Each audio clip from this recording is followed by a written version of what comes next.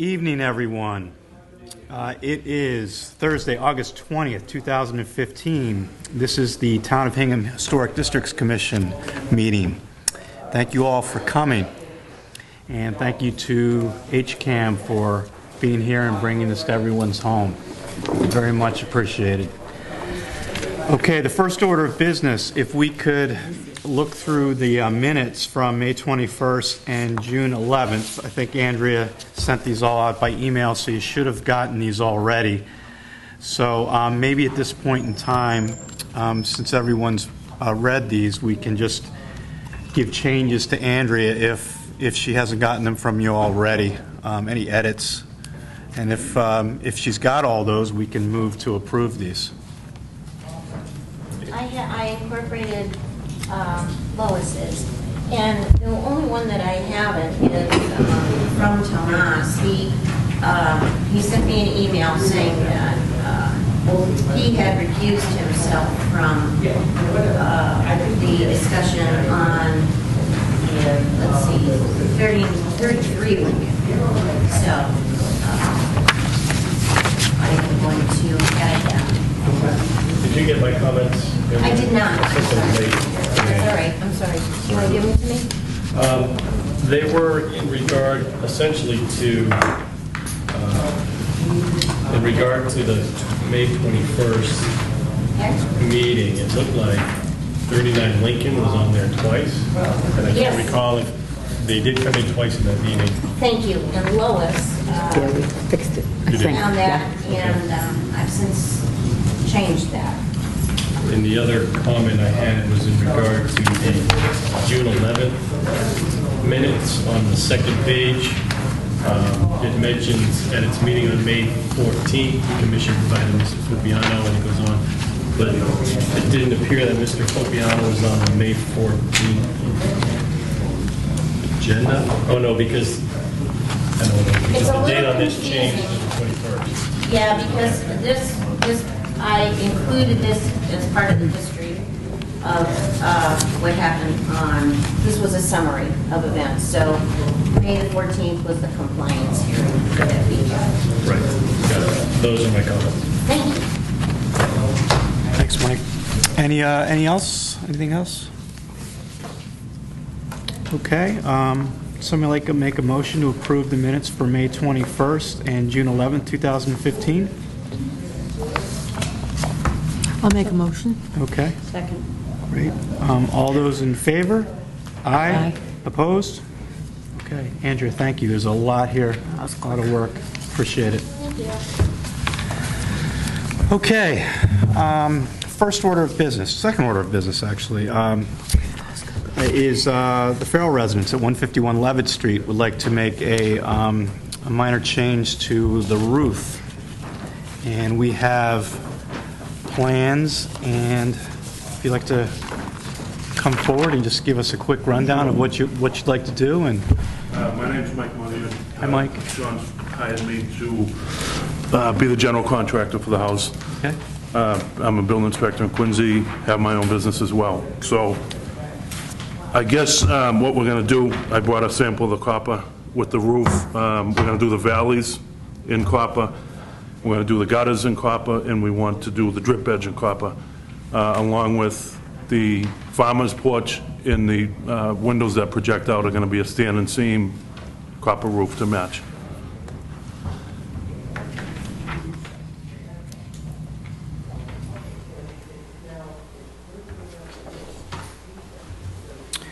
Okay.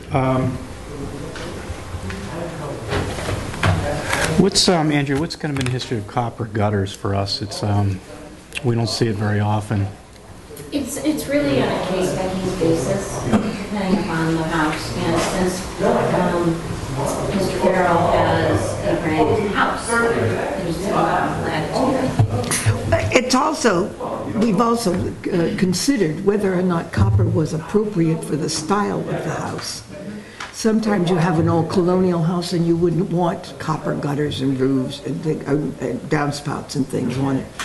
So this house is a new house, and its style is back in the woods, and it's natural. It's a time when copper was used. Okay. So it seems appropriate, at least as far as I'm concerned. It's as a historian, it seems appropriate for that And you're style. okay with the patina over time? Yeah. If he's okay with it, the acid rain, Yeah, and that Sean prefers that as opposed to the zinc-coated or the lead-coated copper. He's looking for that, yeah. It'll turn brown pretty quick. It turns brown and then a patina after about 10 years, yeah. It's in that picture there as well, on a different house. but it's attractive as it It is, yeah. patinas. It's Yeah. very attractive as it patinas. So that's what the roof on the farmer's porch will look like. It's a typical metal roof. It's called a standing seam roof, and that'll also be over the windows that project out. They're not every window, it's just a couple of windows that project out. And all the gutters, All the gutters, front and back? front, back, downspouts, drip edge, we were gonna have custom made to match along with the valleys.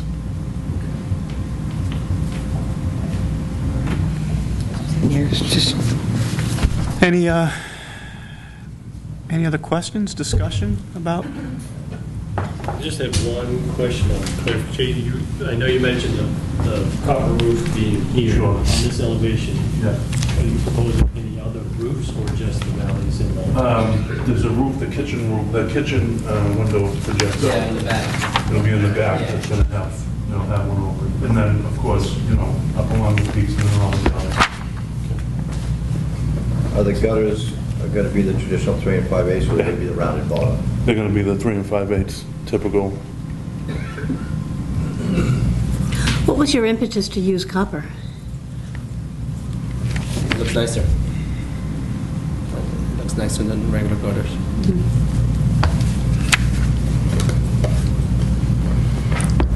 Okay. I have one other, Mr. Kunde brought in this week a picture of the door that they'd like to use. It's the, I believe, like, Yeah. correct me if I'm wrong, this will, and Sean, this will be the front door. Yeah. That one or this one? This one, Okay, this one here. double door.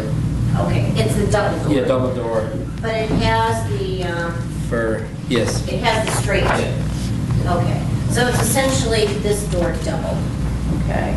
All wood. So it's an all-wood fir door, but the style of the white double doors.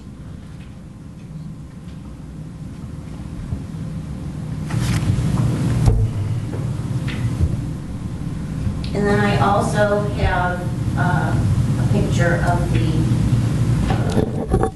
garage doors.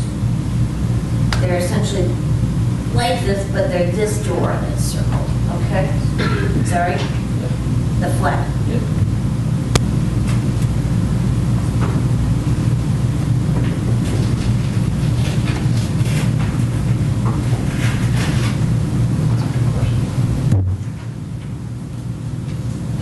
Just a question. You're saying it's a double door, so they would be doubling that, right? It'll be like this, see how these two doors open? You So won't it'll have be that this small door, but it'll be that side, yeah, the double. So is this, I'm just a little confused, the picture doesn't show that, your drawing? It just shows two side wings. Two side lights. And it doesn't show the double door? Right, No. so the No. side lights will be gone, there'll be an entrance door that's two, so it won't have the side lights. Won't have the side.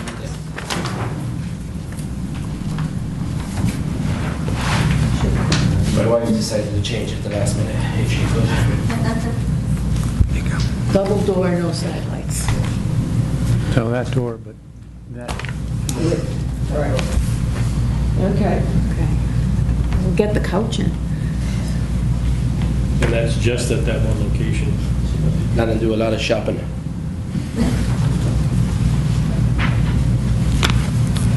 Okay, this is the...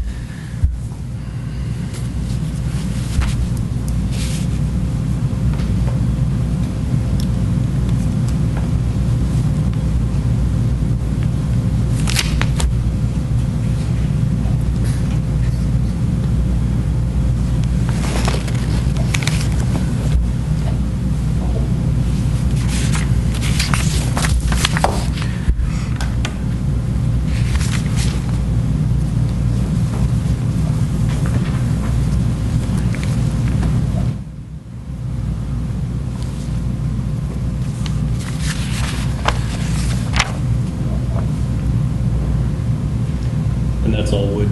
Yes.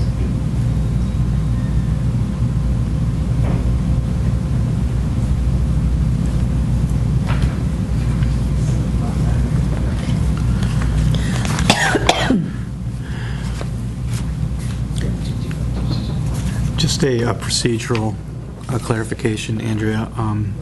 Marty, can you be the fifth voting person on this? That'd be great. So voting members will be Lois, myself, Virginia, Michael, and Marty. So the garage doors are different as well from this picture? Yes. From this picture, 1, 2, 3. I think those, they're essentially the same except for their A flat. cross piece, those triangular pieces. The panels. Yeah, but there's all kinds of glass. Yeah, so there'll be Less glass? 3/3. Yeah, it's simplified Yeah. from this. Yeah, with a barn style, diagonal, carriage style, whatever you want to call it.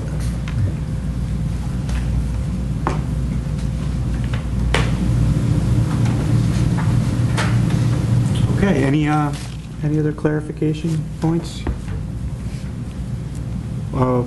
Since we're pretty comfortable with the changes, modifications to the plan, is that correct? Okay. Somebody like to make a motion at this point for 151 Levitt? Sure. All right, Mike, thank you.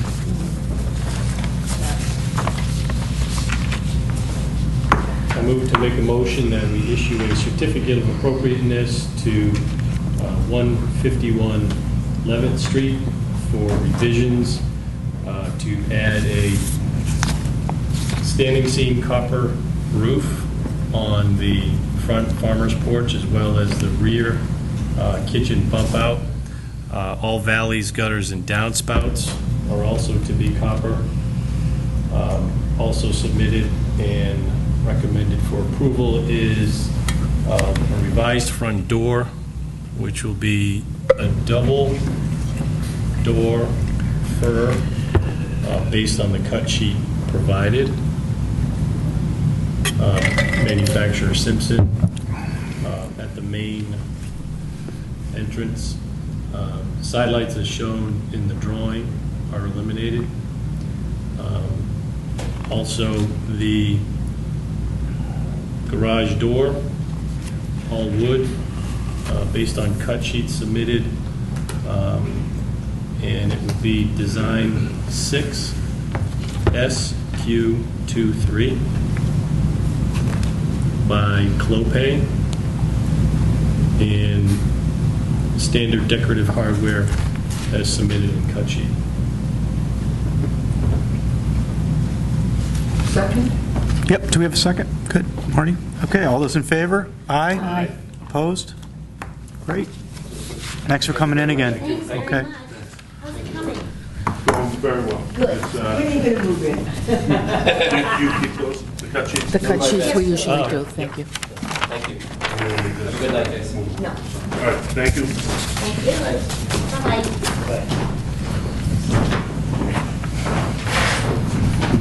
Okay.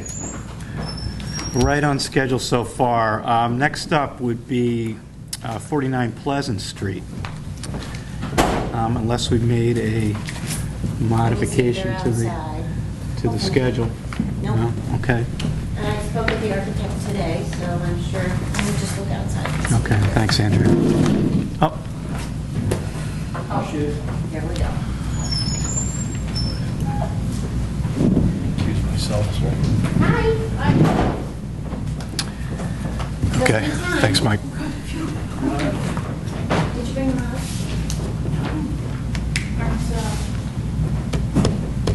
Oh, I don't know. Are they coming? Yeah, I think so, because they haven't. Okay. Okay, so Good. we'll just wait. So they arrive. That's my understanding, they were coming. Okay. So on 49 Pleasant Street, Mike Collard is going to recuse himself if voting members will be Lois, myself, Virginia, and we need 2 others. So John, would you be willing to do that? You were 49 Pleasant. Were you here for 49 Pleasant last? That was, yes. That was with, okay, all right. And Marty was. And Marty, Because you, I think Ben is recusing himself as well. okay, all right, good. Okay, so we're all squared there. How many texts? Okay. My understanding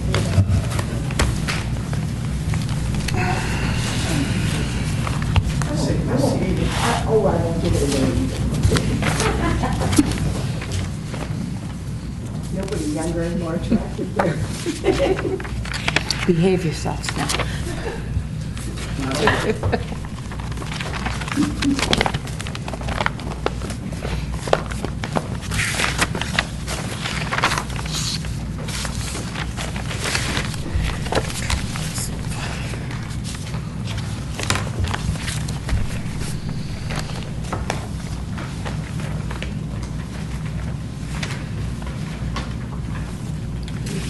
Yeah, I mean, we, you know, it would be good if, certainly if Michelle was here. I'm sure they'll. Is the next party here ready? Yeah, we need, can't take them though, Yeah. because of the posted notice. um,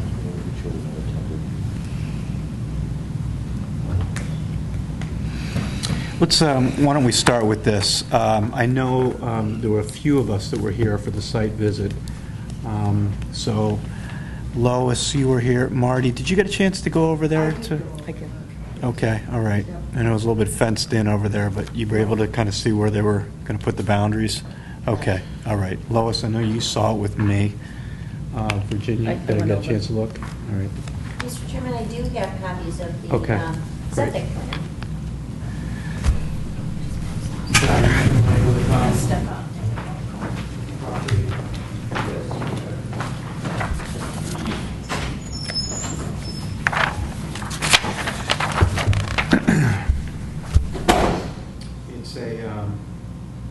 It's a narrow lot. Right. This is a, so We it's had a, talked about moving it back. yeah, it's a, Obviously, that can't happen. originally they had, you know, the garage is in the rear, and they got two small structures there. One is a garage, and they had a driveway when they first moved in that went all the way back and around, Cut kind of the backyard, I kind of recall, yeah. through an L. And what they elected to do was they put a fence up near where the end of the driveway is now, and they've done a really nice job with the side yard, and they've got a nice fountain and a pond back there. So, what other background we have? I think that's. Yeah.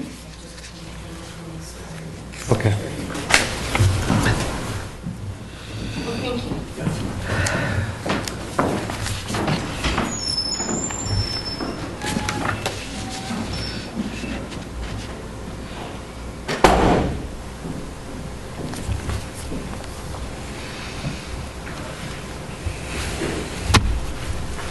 Know any jokes?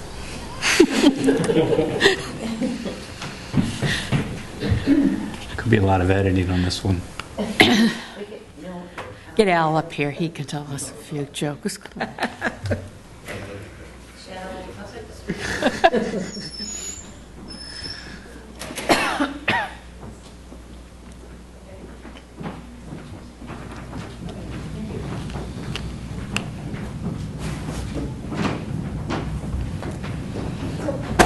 Why don't we get started? Okay. Okay.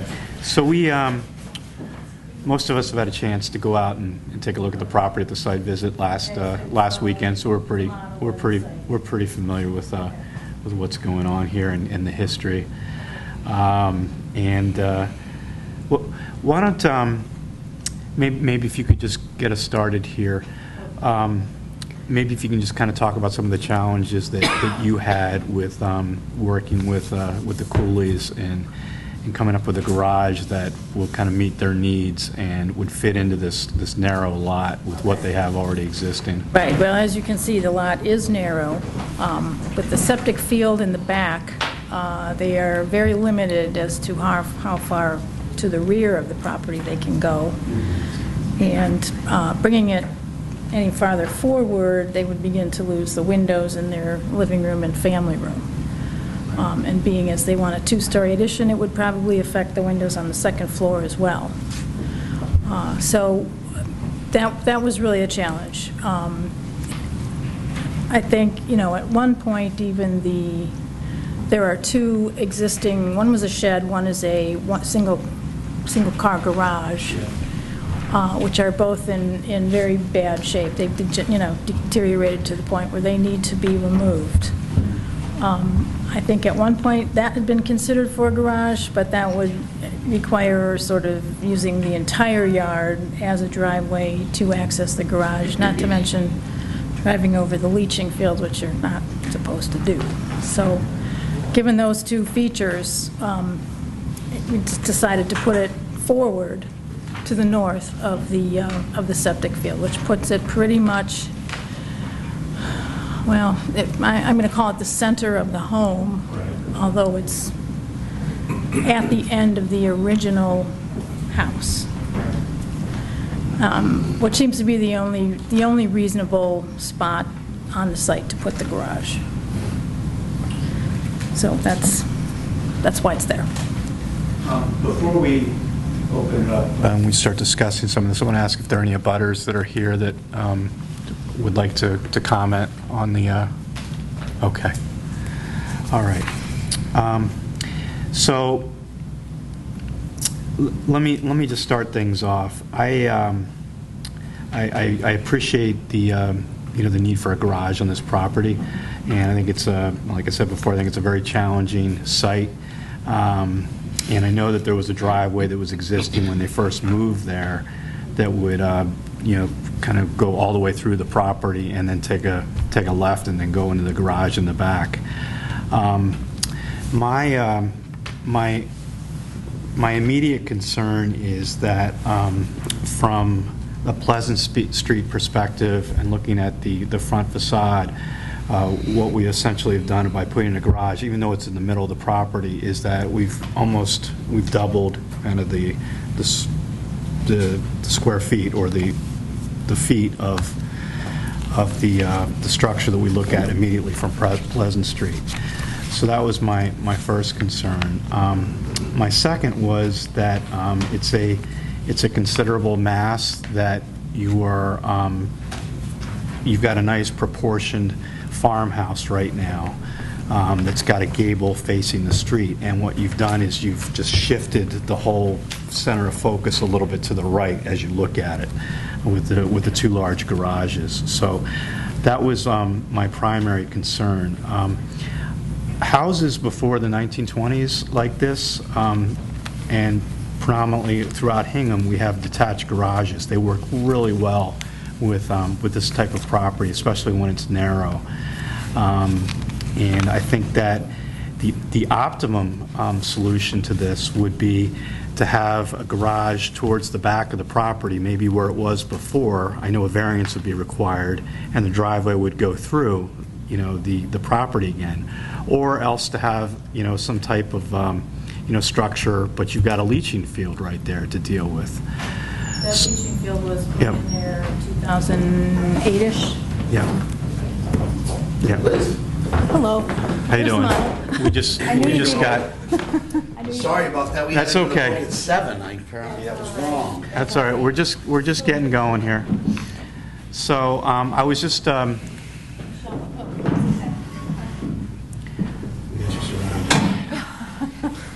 I think we were just talking about detached garages and how properties, mostly throughout Hingham have detached garages, and I think for the optimum solution for this type of property would have a detached garage towards the back of the property.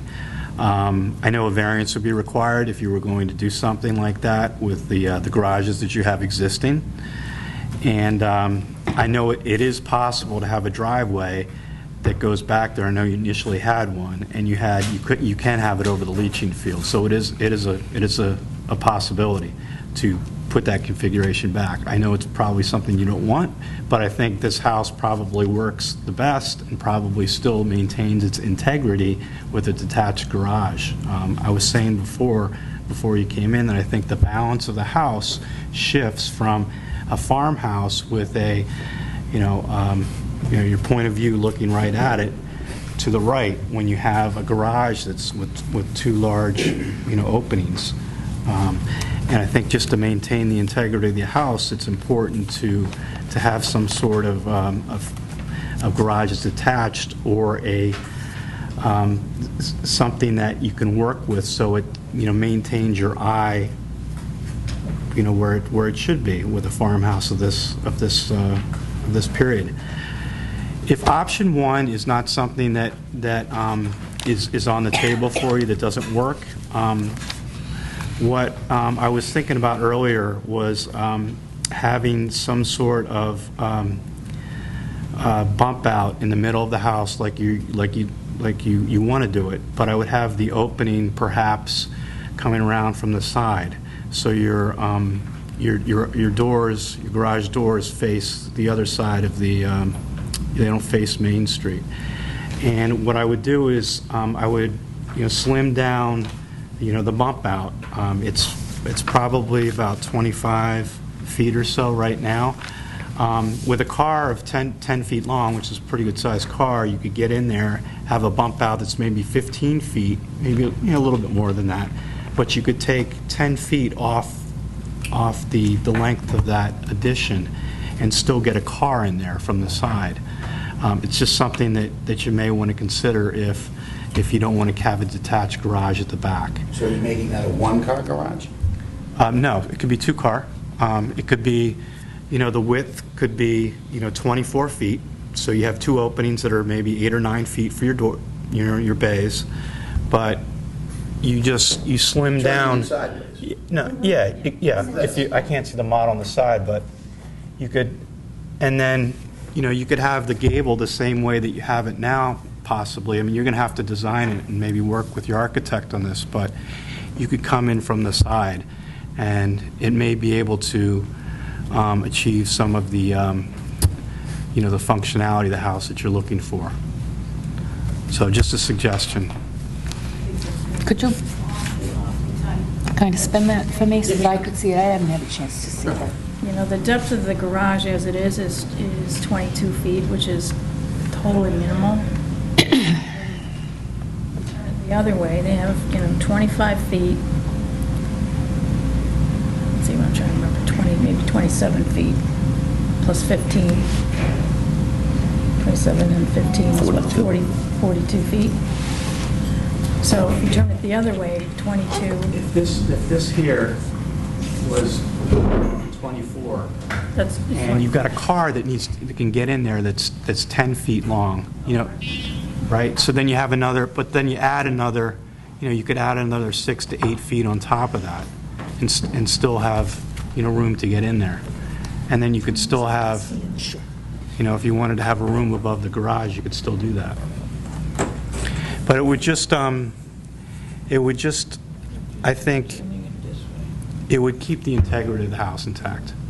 It's a farmhouse, with a, gable facing the street, and that's the way it's always been. And, personally, I think a detached garage works the best in order to maintain that. I think, standard parking lots and parking spaces in any parking lot, grocery store, what have you, shopping center, are 20 feet long, 18 to 20 feet. So I think probably, an average car is much longer than 10 feet. So even with the 20-foot bump out, right now you're up against the 15-foot setback. If you took 5 foot off of that, you would have 20 feet, which is enough room to swing around in there and get in and out. So it might be a little tight, but... Oh, there's no question, it would be very tight. So then the objection, the massing would be all right. You just don't want to see the garage doors on the front facade. It would be all right if they were on the side. With that massing. I'm a little bit concerned about the massing and where it is relative to to the house. And that was just a solution to cut down on the significance of the, of the bump out. If, I think the best solution is a detached garage. That just doesn't serve, the real needs of what we have, other than garaging. I mean, there's so much more to this than that. And I don't know where you're proposing to put that detached garage. Is it right there? Is it facing the same way? Where are you proposing to put that? I don't think a detached garage right there would work because of how narrow the property is. And even if it was detached, you'd only have like 5 or 6 feet to get. So where are you proposing to put it? Where it is now. Then it can only be really one car garage, right? It's going to face, the entrance is going to face. He's talking about where it is now, the existing. So Understood. if you wanted to. Understood, but you can't pull into the garage the way the door faces now, so now you're going to have the door facing Facing to the west. to the west. Right. And there's room to do that. We'd have to just completely change our backyard. Yeah, and then so effectively you then run the driveway through what is there now. You have no. Like you used to have, I know. Yeah, that's, I mean, we changed it in the first place to, if you did that, you'd have essentially no yard space at all, because you'd have a piece on either side of the driveway, one in front, one in back. Yeah. You'd have no usable space back there. Yep. And I don't think there is sufficient space to put a two-car garage facing in the direction that you're talking about. Like it is now? That's a one-car garage. Right, so and I know that the opening is right here, Yeah. faces the house, but if the openings were on this side, I mean, you'd have to get a variance for this, because, you'd be altering these structures, and, but you could potentially enlarge them a little bit, and make this all one big structure if you wanted to. It's towards the back of the. Yeah, but even that's not sufficient size. What's that, what do you have measuring there? I don't know how big your garage is in the back. But I'm then not we sure. also couldn't do what we wanted to do Yeah, upstairs. so we're not going to do that, so. I mean, that just doesn't make any sense. It doesn't work on any level for us. Okay. Well, I'd certainly like to hear what some other people think on the commission. I'll be glad. Sure. May speak. I am concerned about the massing. One of the first things, I did was cut and paste, bring things up, and see how they looked. Outline this. It's the massing part, and traditionally, farmhouses didn't evolve this way. Your other addition is how in historic districts, farmhouses have been modeled over time. And traditionally, as people built out on the back, they then connected their barn. Which makes me wonder, could you connect to your old structures to continue that tradition? The chimney adds a lot of mass, I think, to the garage that you're proposing. Maybe there's something to work with there, but even one of my bigger concerns, and correct me if I don't have the housing right, are there 3 farmhouses sort of in a row, or is it 3 or more? 3. My big concern is that everybody now puts a garage on, and you just connect this, making it look like Beacon Street in Boston. It's all becoming one view, and that doesn't fit the historic district that you're in. That's problematic, I think. But you're concerning yourselves with things that haven't happened, haven't been petitioned for, and may never happen. They So, will I happen. mean, but No, you I gotta deal guarantee with- you they We need will to deal happen. with this house, right? You're talking about, well, what if my neighbor wants to do the same thing? No, I'm talking about the flavor of your streetscape. And your streetscape right now is very open. Some houses have more land. There's the 3 farmhouses. They appeared to have narrow lots. And going off the back is what's appropriate if you look into Historic Preservation New England, or you look into PBS This Old House, you'll find documentation talking about how you add on to a farmhouse. So I don't have a solution for you. But I think, and I would agree with Hans, that suddenly now you've got a really big structure, you've got big plans for upstairs, and it takes away from what's going on the street.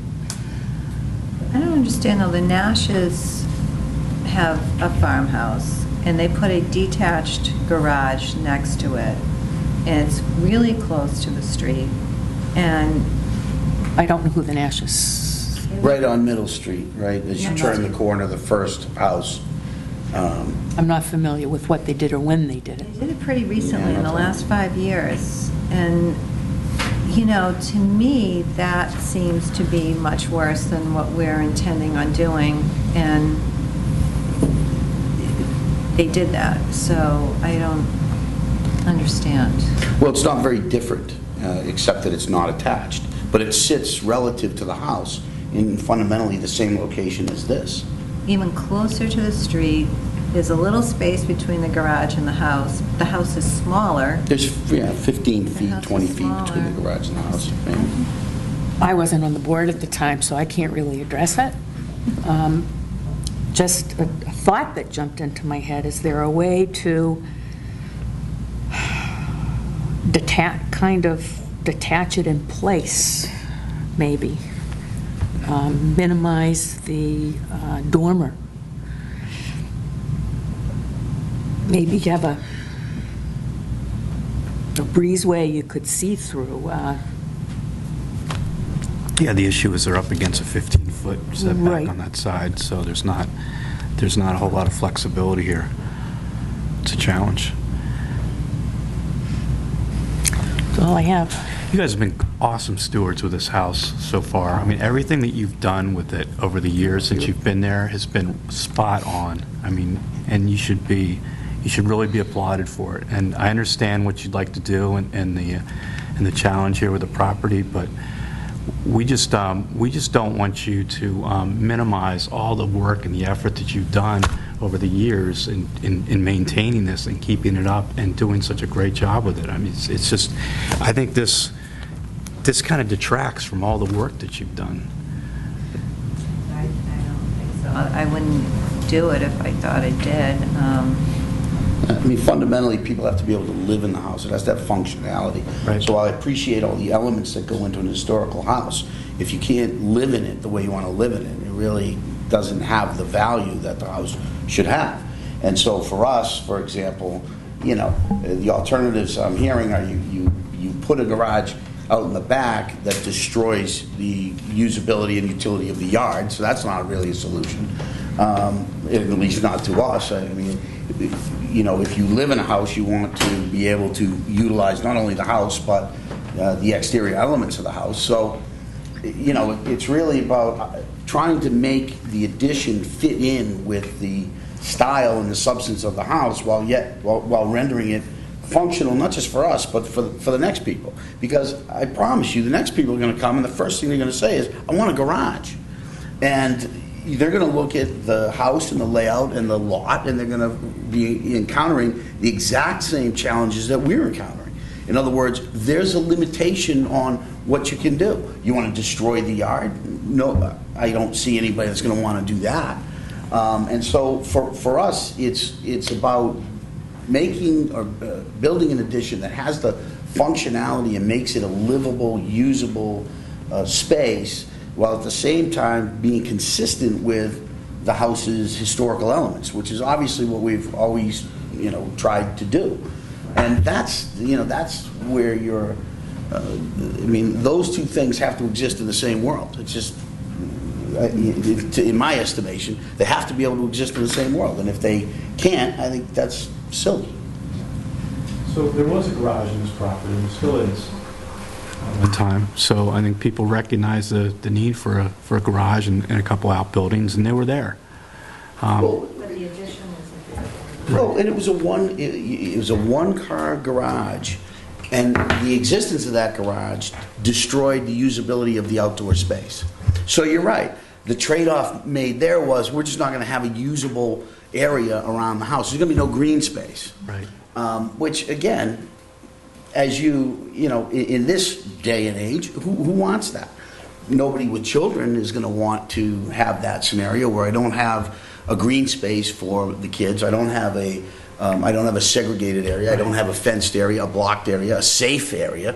It's tar, which to me is inconsistent with the historical nature of the house anyway. You've got a long strip of tar running through the entire property to the back, destroying your green space. So yeah, there was a garage there, but for practical purposes, it was not functional. It just didn't, I guess it worked for the prior owner, who was a single woman at the time. I don't know that she used the garage. I guess it was usable. But, yes, there was a garage in the back, and a one-car garage and it's still there as a storage unit. I'm thinking of something here. What is the distance between this setback here, your property line here, and this? Is it 10 feet? Oh, no, I'm looking at it, so that's my neighbor's yard heading towards Union Street. Yeah. It's maybe 5 feet. 5 feet. So 5 to 7. To her, can we split that? It's not wide enough for a driveway to go through there. No, her driveway, the very edge. For you. Right, but the very edge of her driveway, I believe, is the property line. And on the other side of that is maybe 5, 7, 10 feet at the most up to our house.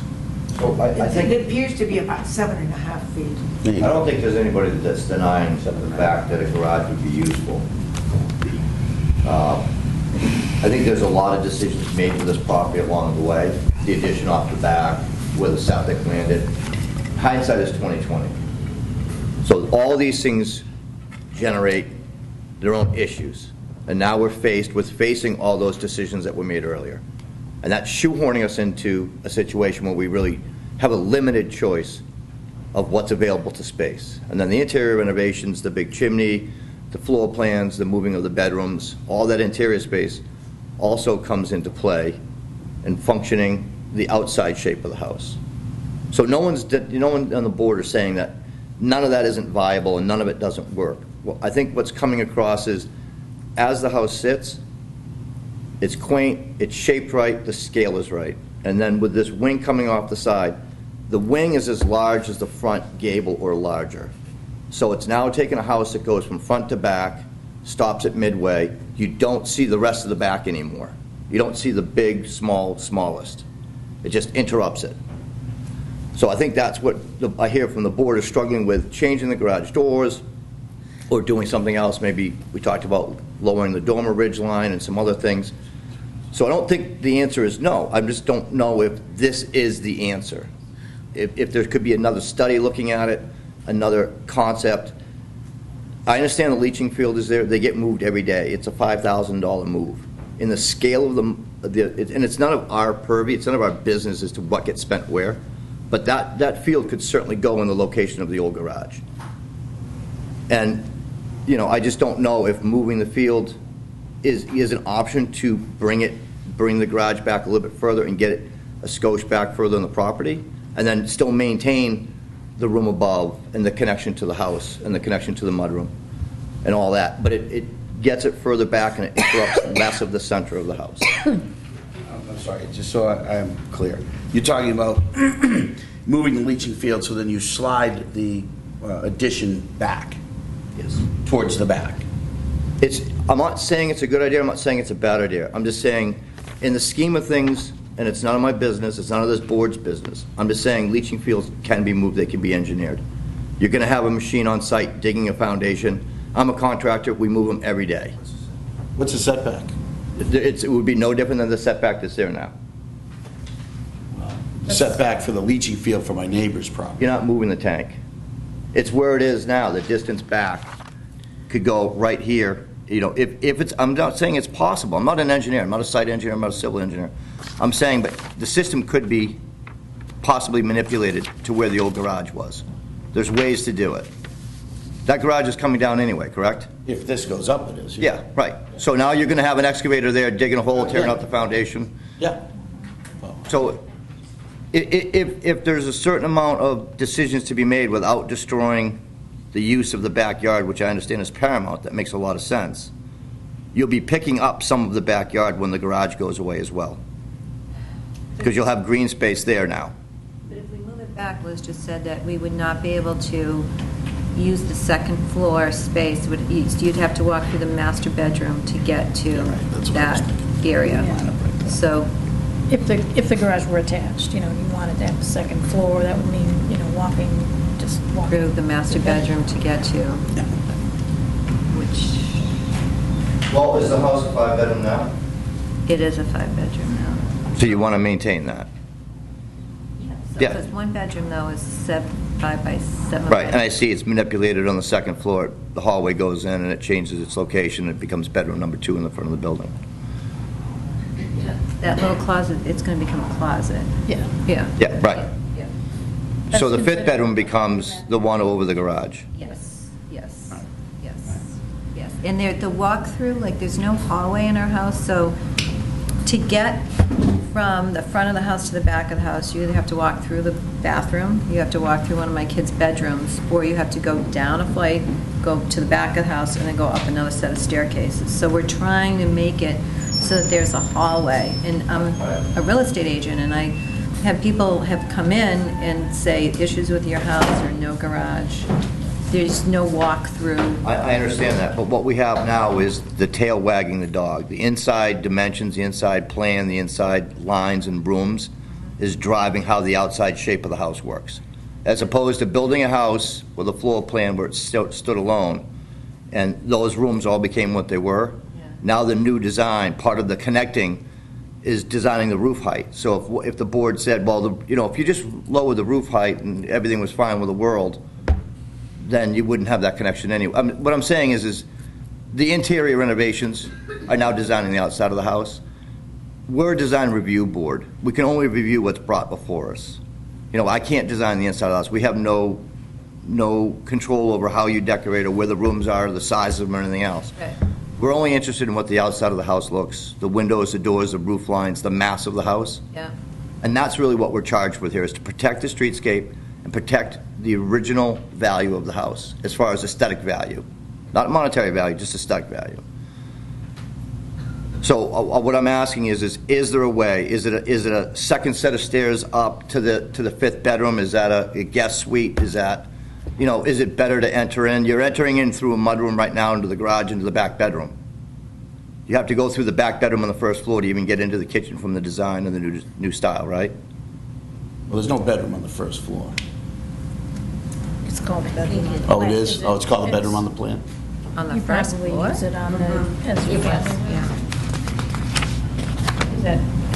Is that not a bedroom? It's not a bedroom. No, we don't have a bedroom. That No. was like a playroom for the kids on the Because first the floor. 5th bedroom. Maybe it's was just upstairs. mislabeled. Yeah, The fifth it is. bedroom is in the attic, so we Yeah. have Well, the 5th bedroom.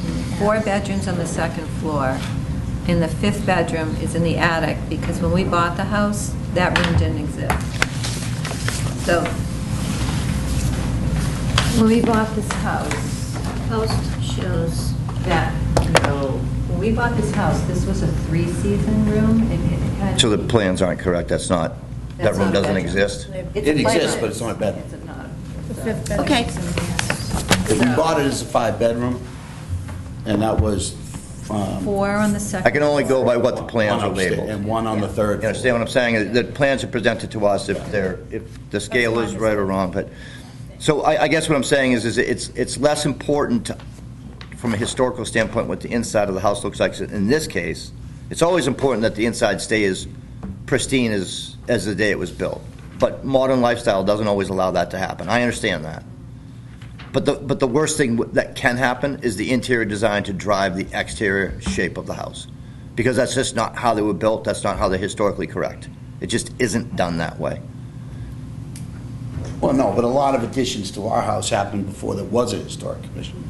And so a lot of that, but to your point, So a lot of that development had nothing to do with maintaining anything. It was all about usability, and then we walked into having to deal with that. So we had 1950s sliding single-pane windows in the kitchen when we got there, and had just a very strange configuration. So the house, originally was the front piece. There was no addition in the back.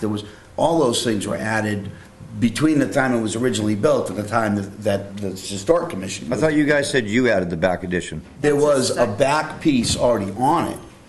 Because when the house was built, there was no kitchen.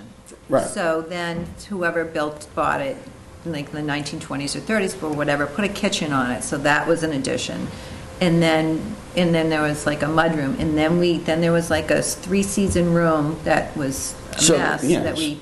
Right. So there was a sort of amalgam of construction on the back that we then sort of tried to fix with the addition to sort of make it workable. So, but my point is to your point that we were dealing with things that came between the time the house was built and the time this commission came into existence. So, a lot of the way it evolved isn't entirely consistent with the way you described it. So we've done what we've been able to do with the cards we were dealt, so to speak. I don't know that, I suppose if we had, back when we did our first edition, had the money or the foresight to have built everything all at once, we might have come up with a different thing, a different configuration, but that just wasn't in the cards 15 years ago or whenever we did that, which seems like a long time ago. I think too, as over the years, the houses in Hingham have been added to numerous times, front, back side, whatever. Not always with the most aesthetic solutions in mind. And, speaking for myself as an architect, we deal with this all the time. We go to a house, we say, wow, what look at this, we have to fix this. So to speak to your point about the inside does not drive the outside, it actually does quite a bit, because we have to fix as best we can what's there, make it functional, make it usable, make it, to make sense in the current visions of the homeowner and their lifestyles and going forward. So, we can't always come up with the ideal solution, but we have to do the best we can with what we have to, accomplish those goals. So it isn't always purely historic. It's part historic, part functional, and again, we do our best to accommodate the structural elements as best we can to make it work with what's existing, but yet go forward and and make it acceptable. Back in as Michelle said, there wasn't a kitchen. Well, you have to have a kitchen. Maybe they didn't have plumbing either. Now they have plumbing. And on the list goes of things that evolve. We make history every day by what we do. So we that's why we don't take have a what hallway. we do and go forward and make our own history related back to what's been given us. I want to make sure you get all the input from other board members who may want to speak here, so you'll have a clear picture of kind of where we're coming from. Go ahead, Virginia. Well, I think it's always a challenge to have a relative rapport with function and historicity in an antique house. I think there's always a tension in that. I think there can be a pleasure in that. And I appreciate that, try to appreciate that from a conceptual point of view as well as from an individual point of view. And people have different needs for functionality, in a sense. Not every person who lives in an antique house has the same needs of function as everybody else. So I think that my concerns about your proposal is that it does not seem favorable to the streetscape and to the architectural style of the house. That's my major concerns with it. I think Hans said, maybe some others said too, about the separation of the garage, given the age of the structure, given the style of the house. Any possibility of putting it to the rear, I think, would be most respectful to its architectural style and the streetscape. And how that can be handled in terms of function, I would be hopeful about, but I don't have any suggestions about that particularly. Okay, good. Marty? I agree 100% with what Hans said, and on this little plot plan, and with my little architect ruler, you can, in the site of the garage, the old garage that's in the back, you can turn it. You probably would need, and have the doors facing west. But I understand, and I hear you very plainly about the hot top and the thing in your garden. But in Massachusetts, we don't have any laws about coverage. And I have a daughter who lives in Vienna, Virginia, and believe me, they rip up the concrete around a swimming pool, they do this, that, and the other thing. And when she wanted to add something to her house, they had to rip up their driveway.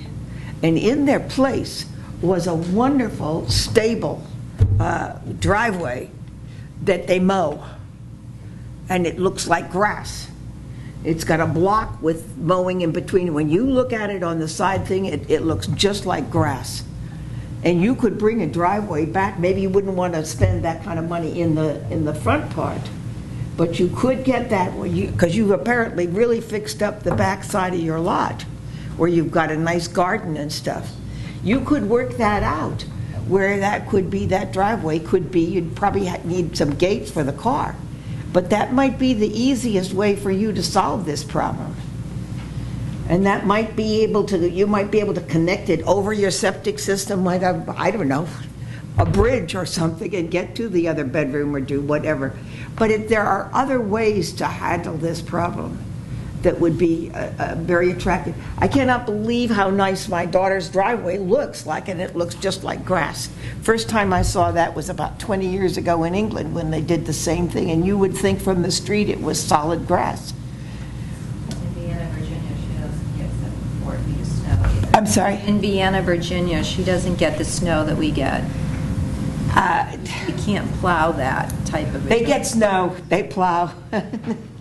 They're not Southern Virginia, it's Washington. But you couldn't turn it, I mean, the garage where it is now, you're talking about a pre-existing use, so I don't need a variance. I mean, I can't. You need a big tent? Yeah, well, yeah, I would need a variance. And there's no space between the back of the garage and my neighbor's lot line. And it's one thing to be. But it's an existing building, which means that it's grandfathered in. That's what I was saying, it's pre-existing, that's right. non-conforming use, right? Right. But I'm just trying to offer you some ideas, some ways of thinking, because you have a conundrum, and we understand that, and we feel very sorry about the whole thing. Your original solution was to take the driveway where it was and turn it 90 degrees, correct? The garage? Yeah. In its place where it is and turn it 90 degrees. Yes, as an option. And I don't know what the design would look like, but just, it would be a way to cut down on the mass and from... To me, you would have then a larger view of the front than you do now. Rotated the garage, you'd have a 22-foot wide gable end, which is wider than the existing house. I mean, everything, if you left it all the same and just rotated it, say you come in on the side. Well, if it was something like this, and you came in on this gable end, so it's as is, and you have 2 doors here, but maybe this only comes out to here.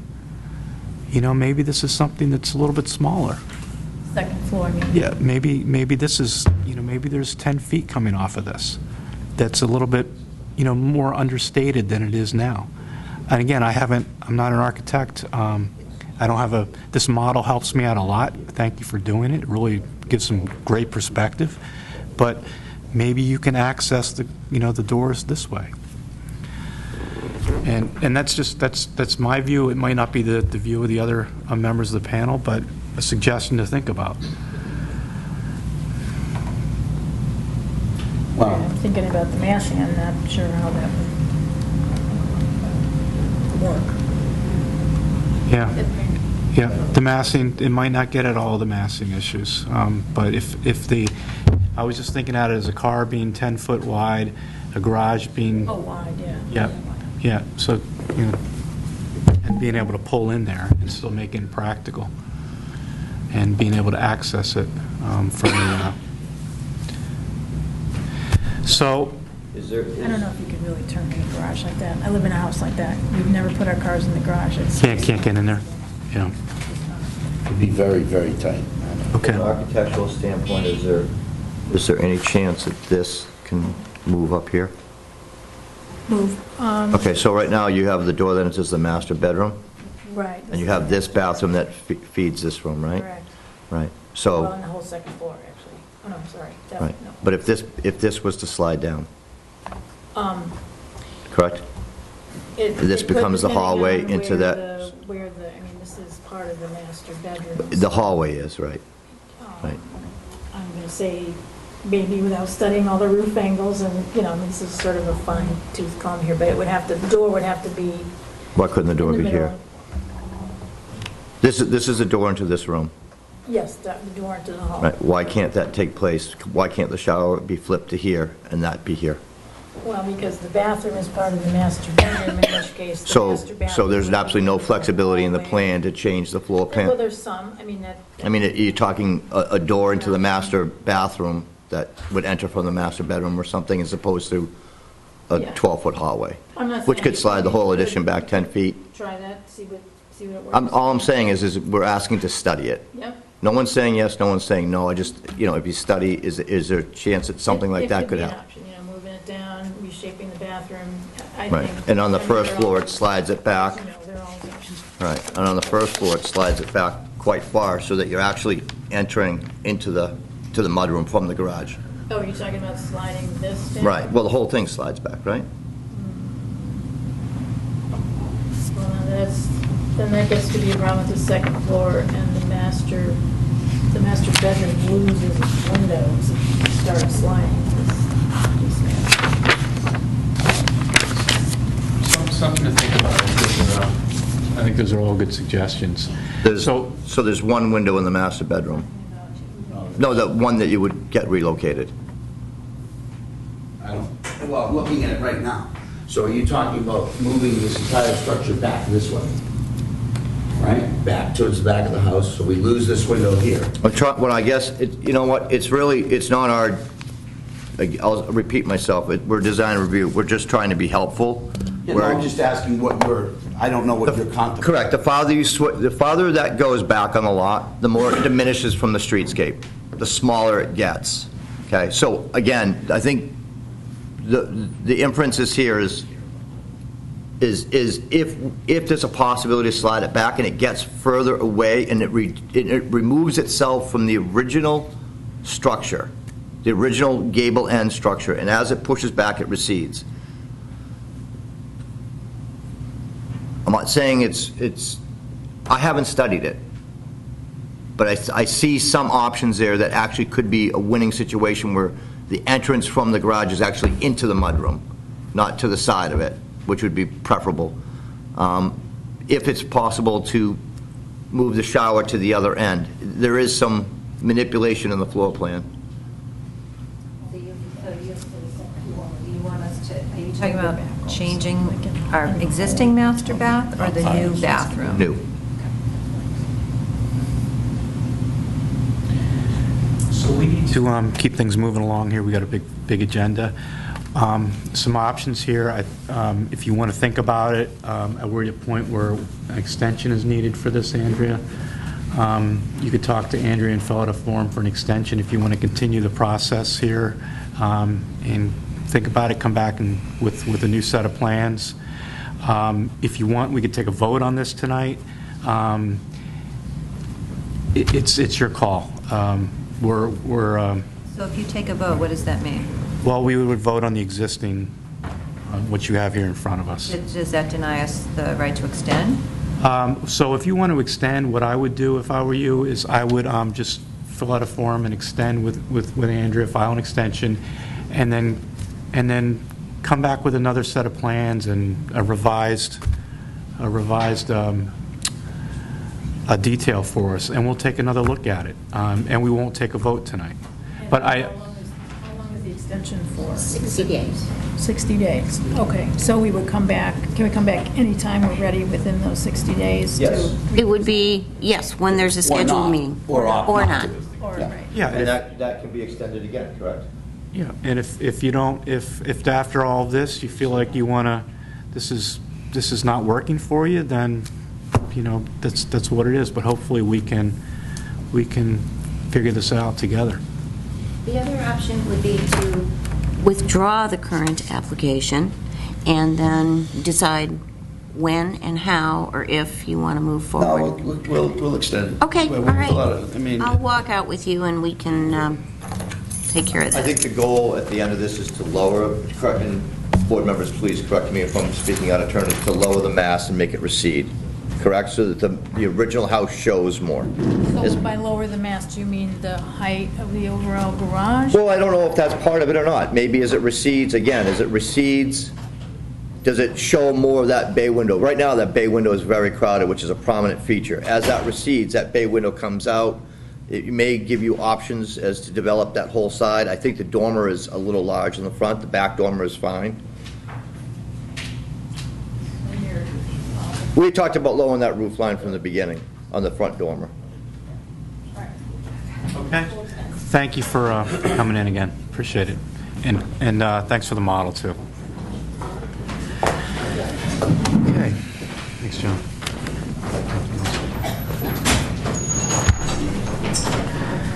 Okay, next up, sorry for the delay, Home Meadows Lane. Michelle Pauley, thank you for coming in. Hi, everybody. Oh, how are you? Well, how are you? Good, sir. Laura Colley. Laura, excuse me. Hi, how are you? And Al, good to Hi, see you. nice to see you all. Thank you for having us out. Yeah, thank you for stopping by. Appreciate it. And the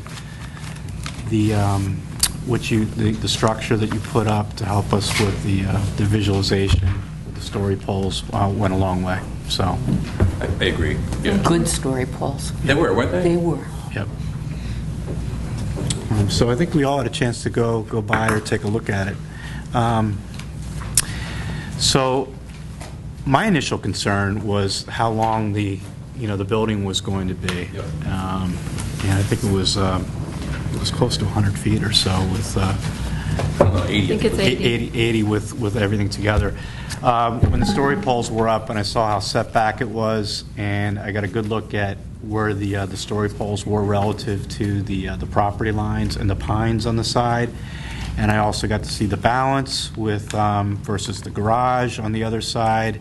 I'm not a big fan of the bump out on the garage on one side, but I can tell you that this helps with the balance. So I thought very favorably of what you'd like to do. So it definitely changed my initial view. I'm glad you did the story poles. Went a long way. Any other? I should have asked for some. Are there abutters here by any chance? No. Okay. Any other comments? I will. Okay. I had a chance to see the inside of the house, which is absolutely gorgeous. And when I passed through, it was interesting that the house, when you look at it, presents itself as big colonial. When you're actually inside, it's a small house. And it's a very classic kind of addition you're looking at. I don't think it's too big. I think it's very appropriate. The gardens are gorgeous. Yeah. And I had Make to sure go, they go back to, I had to go home and clean after I started. It is intimidating.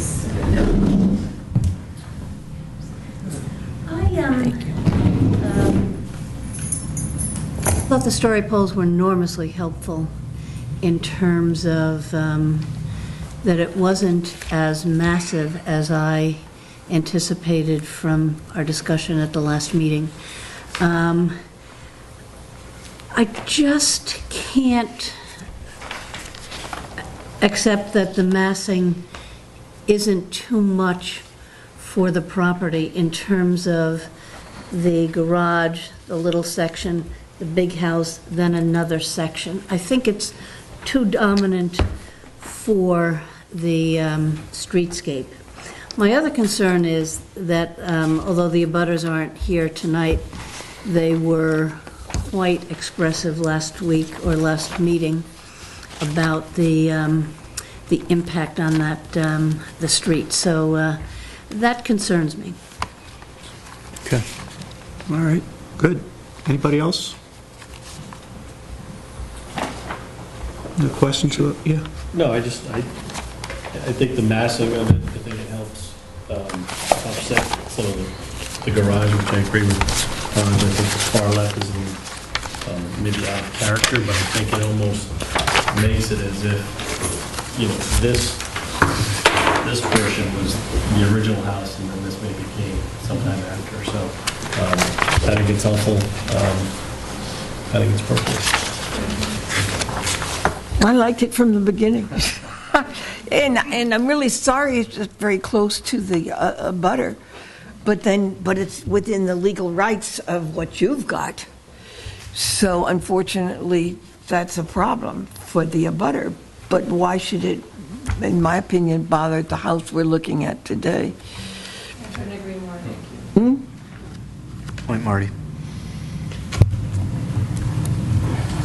Marty, it really just faces the a driveway. Pardon? It doesn't really invade anybody's space. It just kind of looks at a driveway. Well, I think it's, I don't think there's anything wrong with this addition. I'm sorry, but I think Al does a good job. I think he makes it fit. Don't be sorry for that either. Yeah. I think Al does a great job, thank you. So I just think it fits the house, it fits the location, and some of the mistakes on the house made before are mitigated a little bit. Okay, any further discussion?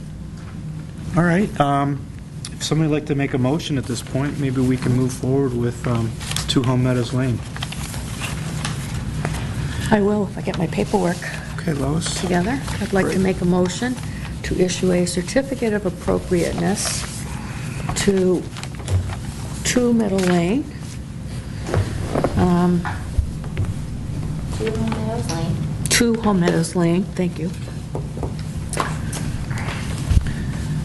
Just before you move, Lois, voting Yes. members, Lois, Virginia, Michael, myself, and if I can ask Marty to be the 5th on this, that'd be great.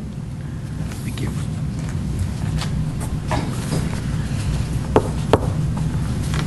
Sorry. All ready?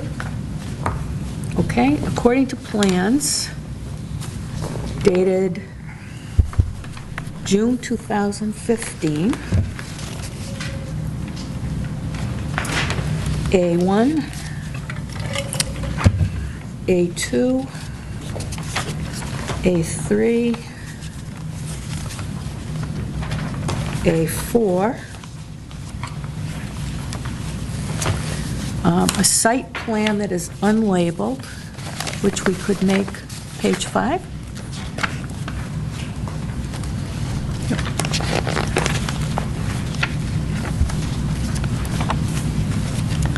And 3, well, 1 sketch by Al of how it will look, and there are 2 pictures of the house as it currently exists.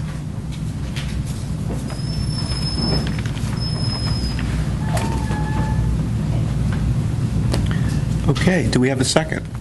Second. All those in favor? Aye. Aye. Opposed? Nay. Okay, good. I think the story post worked out well, too. Very helpful. That was a perfect example where story poles are a very good investment, and it helped us really see how the addition's going to set on the street and versus the house. So, good. You're welcome. Thanks for coming in. Good job. Good luck.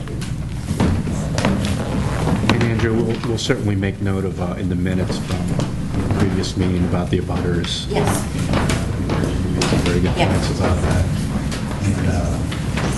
And the immediate adjacent house to the right, does have a setback that's definitely within the 15-foot. The house next door? Yeah, so, and I think number 4 has is 7 feet from the lot. 7 feet, so, yeah, that's, Okay, got it. we'll make notes of that. All right, great. Next up, we have 203 North Street to demolish an existing garage and construct a 2-story addition to the rear of the house with Deborah Kirby and Alan Fuji. Thank you for coming in.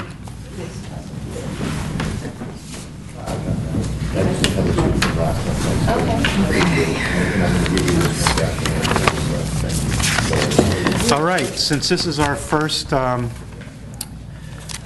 view of this, we got the plans and the materials, but if you'd like to walk us through what the addition is all about. Yep. And give us some background, that'd be great. Okay. The house, I'm not sure if you're familiar with it, it's on North Street. And it's a beautiful, quaint farmhouse, and it has an attached garage now that the owners, Deborah and Alan, would like to have removed. And that in and of itself is a minor miracle. I guess 98% of my client base right now wants garages based on last winter's snow. So this is very counterintuitive to what's going on out in the world right now. So having said that, Could be ahead of the curve. maybe. It's an aesthetic choice. What's driving that decision is somewhat of a parking issue with the garage that's there now, and a lack of living space that the garage can't really accommodate in its present location. So the goal is to have that removed and then add on the back side some living area, which the house again doesn't really have. It's a beautiful house. It has just lots of small rooms on each floor. So these additions and renovations seek to add nice usable square footage in the way of a master bedroom and a family room, and a full basement, of course, but and a wrapping porch and a screened-in porch. So that is the basic overview of what the programmatic spaces are all about. And what I did architecturally was try to sort of add mass, of course, but do it thoughtfully. And so the house has a very strong gable facing North Street, and I apologize for this wrinkle, but it had a thoughtful addition done. When was that one done? This 6 years ago? 7, Okay, 6 I'm years. guessing. And that's a nice We were addition here. to the house. I'm not sure if anyone's familiar with that. When that was got through HTC, that works to add square footage, but it's quite small. A bathroom and a little small sitting area here. And so again, the prominent gable facing forward, and then it has these smaller hipped gable that face the side. And so the thinking was, when we add out the back, to have another strong gable facing the front, and they're trimmed out differently also. So these have overhangs and rake returns and shadow lines. And these are, and corner boards, where these have woven shingles at the corners and just no overhang. So two different things happening here. So the thought was mimic this with facing forward, so it sort of balanced the entire addition visually. And then the gable for the porch, again, the hip roof facing the side here. So hip roofs face the sideway, and the strong gables face forward, and it's trying to achieve sort of some prominence on the site. But that was the idea. That's the thinking architecturally.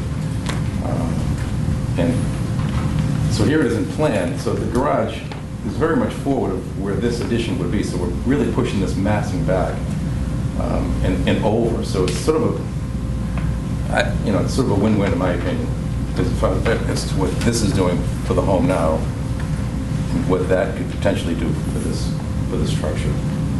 So again, back and over, but obviously higher, but that's trying to achieve the balance. So that's the thinking there.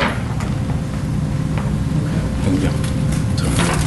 Any other thing? Any other comments? I think you said it. Okay, great. Anybody from the audience? Any abutters here? Neighbors, but not direct abutters. Okay. Any comments? Would you like to? Okay. All right. Okay. All right. So maybe we can open it up to some discussion with the commission at this point. Any initial thoughts, Mike? Sure. I think the elimination of the garage is a nice thing. I agree with your comments, Al, on making that happen. I think, in general, I think it's a nice addition, although I do have some comments. I think in terms of the area sort of in between, I think a little more separation to sort of separate this from the existing house would be good. So I don't know if there's the opportunity to push that in a little bit so you create more of a shadow line, sort of a separation between the existing structure and the new structure. So this is A1, Okay. First floor plan. I had an option that had the stair getting to the second floor on this side, and that went way in, so that might be something we could think about, right?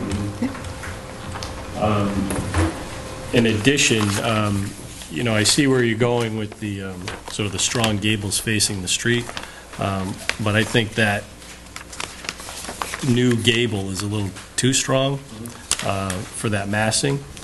I don't know. But keep in mind, it's back. I know, and so in true schematic elevation, it looks like it's dominating, but it's just not the case in reality. So it's just, I just want to make that clear. I think sometimes the schematic drawings just are misleading.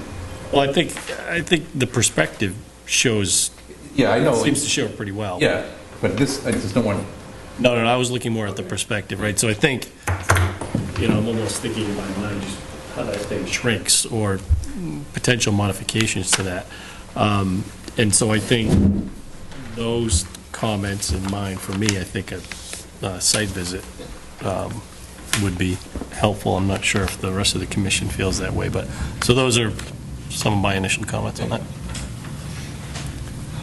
Thanks, Mike. My concern always is that is any addition or evolution going to be loyal to the original structure? And looking at that, I'm more hopeful that it is than when I looked at the plans. But my concern, albeit it might be slight at this point, is the dominance of that gable given the original structure. I mean, I certainly can see what you were trying to do with the mirror and the a certain symmetry, which I think is really quite lovely. But my only concern is the rear gable too dominant, which I think Mike probably said, yeah. And I would add to that. Now, maybe it's the drawing. I don't. We're looking at everything in a drawing scale. That's the only thing that kind of bothered me. Is, well, that's a pretty big gable out there. I think the addition is appropriate. I think taking the garage away is an excellent idea. You may decide you need a garage. And I was noticing someday, but I was noticing. Garages are only once. You've got a real long, narrow Goes lot. off the page. Yeah, it really does. There has never been a car in that garage, I have to say. So you won't miss it. 3 acres that they have constantly along North Street?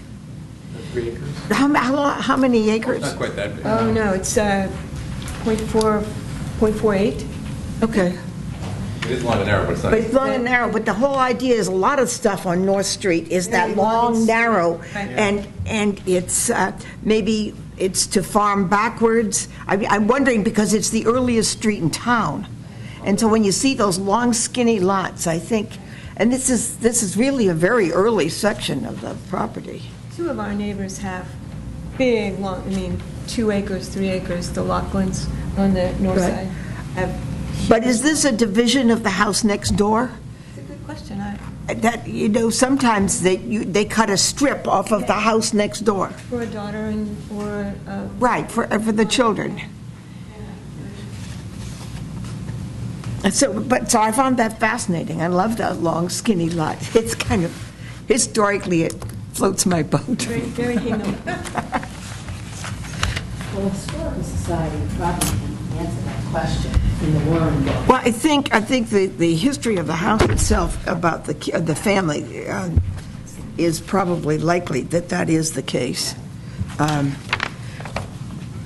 Actually, the dormer doesn't bother me, because I think you can see how many feet back it is, and then from the street, the house sits pretty close to the street, but this is bringing it back in quite a distance. It is back there. So so it doesn't bother me. Ben, you want to talk? Go ahead if you're... No. All right. Couple questions. How's the driveway going to work in the new configuration? Is it going to stop by the porch? Oh. Yeah, we would just pave parallel to the side of the porch, so the paving would just sort of extend off from where it ends now. Yep. And then just, You want to pull up next to the porch there? No, there's no. No. Okay, so you want to We're trying stop to the get 3 driveway? cars parked. So you're going to park them right there? Adjacent to each other. Yeah, so there's room for 3. Okay. And you currently just park in front of that garage now? Is that how you do it? Well, I showed the worst case. We may even want to peel the paving. We didn't really talk about that too much. No, we didn't. Bring the paving back, maybe to even align with that, and get some more We landscape. park on the street or whatever we can negotiate. Where's your main entry going to be? Where are you going to be coming and going most of the time? Right through That's there? the one. So that's why you want to park close by there? Okay. I'm just curious because, maybe you want to get the cars out of the way, and maybe you want to come in through the new addition somehow, and they're tucked behind the house. If we were to move the stair, we could consider that as an entry point. Okay. Pull it back a little bit. Just a thought. So There is a mudroom here, and that is acting as the main entrance. Now, I would hate to be redundant, but again, don't let the interior drive the exterior. I think that's fair. Alan, do you know the square footage of the addition all in? It looks like roughly the same size as the house. I'm just looking at the footprint. No, it's not. Well, if you have the porch and the screen porch, I'll calculate that. I'm sorry, I don't have that. Yeah. So usually with additions, we I know there's a garage that's being eliminated here, but we certainly do take that into account, the massing from the original house and what the addition is. So the object here is certainly not to minimize what the initial house was and how the design is and how it is architecturally. So it is something that we ask, for my eye, just kind of looking at it from an overhead, it looks like a pretty substantial addition. So I don't know if there's some things you can do to tighten it up, but that would be my primary question. So square footage, and the peak on the rear of the house looks like it's about the ridge line. Excuse me. Looks like it's about the same height as the main house. Is that a little bit higher? So? But what's happening is we're trying to get a little more height out of the plate height on the knee wall here, and also because the dimensional number is so much bigger now than it was for this. Just to recreate that form, it has to either go out or in, and if it goes in, it just compromises it even more. So I went up a little bit higher on the plate, and I went out a little bit more on the dimensional thickness, and that drove the ridge higher. But again, schematically it's higher, but in perspective, it just, you wouldn't, you just couldn't. Okay. achieve that. So I think a site visit will help us out with that, but for me, knowing where that ridge height is relative to the main house and how prominent that's going to be from the street is going to be an important consideration for me. Okay. So I don't know if you get at that with a story pole or something across the ridge, or if you can, if there's some way you can help us out where, so the main house, the gable front end of the house towards the street stays prominent, is the main feature, and it's, No, so this stays prominent. Yeah, so that's the original structure of the house, and, you know, it keeps our eye drawn towards that, that's all. Okay. So we know how the delineation was as the additions were put on over time, where it's subordinate, and so forth. Okay. So that would be my primary, questions. But I like, in theory, what you're trying to do here. I think the single garage door and changing that up and putting a bit of an L out is an improvement. It's just a question of how things look proportionally. It's a challenging lot, as you Yeah. can tell, we're just great. Yep.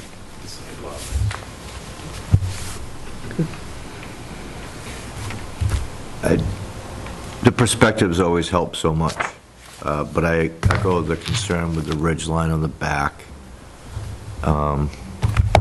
There's a lot of brow above the two windows of the front dormer. There's a lot of siding above there. But I like the dimensions of how the corner boards come out of the roof line. So you don't want to really change the pitch, because that wouldn't look right. And I don't know how to bring it down or what you do in that space above, but when you look in the front of the house with the two windows up high, the scale is all there. The clapboard scale to the ridges there, it just looks a little high on that, so maybe a study there. Yeah. But This is good feedback for me, so I get it. yeah, I don't know if there's anything you could even do to change it, but I would echo the concern on the ridge line, even with it stepping back. And did you say you're going to be adding trim to the existing dormers, or are they going to, the existing ones? No, They're staying just the way, they're not going to replace the trim in the corner boards, or? no. Okay. No, because I'm just kind it's of, the trim, it's the overhang, there's a lot of. well, it looks like it was all shaved off, all the trim was removed, you know, at one point, it was kind I of, don't even know. yeah, it was, there's a lot of delineation there where it used to be, and then years ago through something else it got removed. Because I just see a little bit of a fight between the last hip, yeah. Yeah, that was, So if that roof line was somehow getting modified, you know, to give it some strength, some height, this roof line? yeah, but if it's not, I mean, if there's no modifications to that area. Overhang, and then you're into roofing and. Well, that's just it. Right, exactly. It just, there's a struggle going on Yeah, there. and it's not just that, then these two then need to go to that. And that's, so that, well, I guess what I'm saying is the trim would make them prominent, it would give, you know, if you did some, and then that would give the main house a little bit more of its girth back that it had when it was built. Right. And then that would make the rear end recede even more. Yeah. And then you could have that larger dormer. It's just it's really just give and take and little tiny details that would blend that seamlessly. But Yeah, I could look at that, certainly. the overall design scale and everything else appears to be appropriate for the house. No, it's a good design. Looks good. Thank you. Would it be an option, when I look at A3, front elevation, and John, maybe this is more directly directed to you and Al, when I take a look at that gable, the new gable that faces us, if that got shrunk, meaning reduced in height, I don't know if you lose usability on the interior, but does that soften what everyone is saying here about the prominence of the addition? Again, we're leaving, obviously we leave the main ridge of the house alone, and the addition in the back still has the ridge height that you see there. We're just dropping the gable presence down, and if that would work on the interior and maybe soften it. Because when I look at the left side elevation, I love that elevation from the left side. It doesn't look so prominent, the addition, in my opinion, even though you still have the higher ridge height.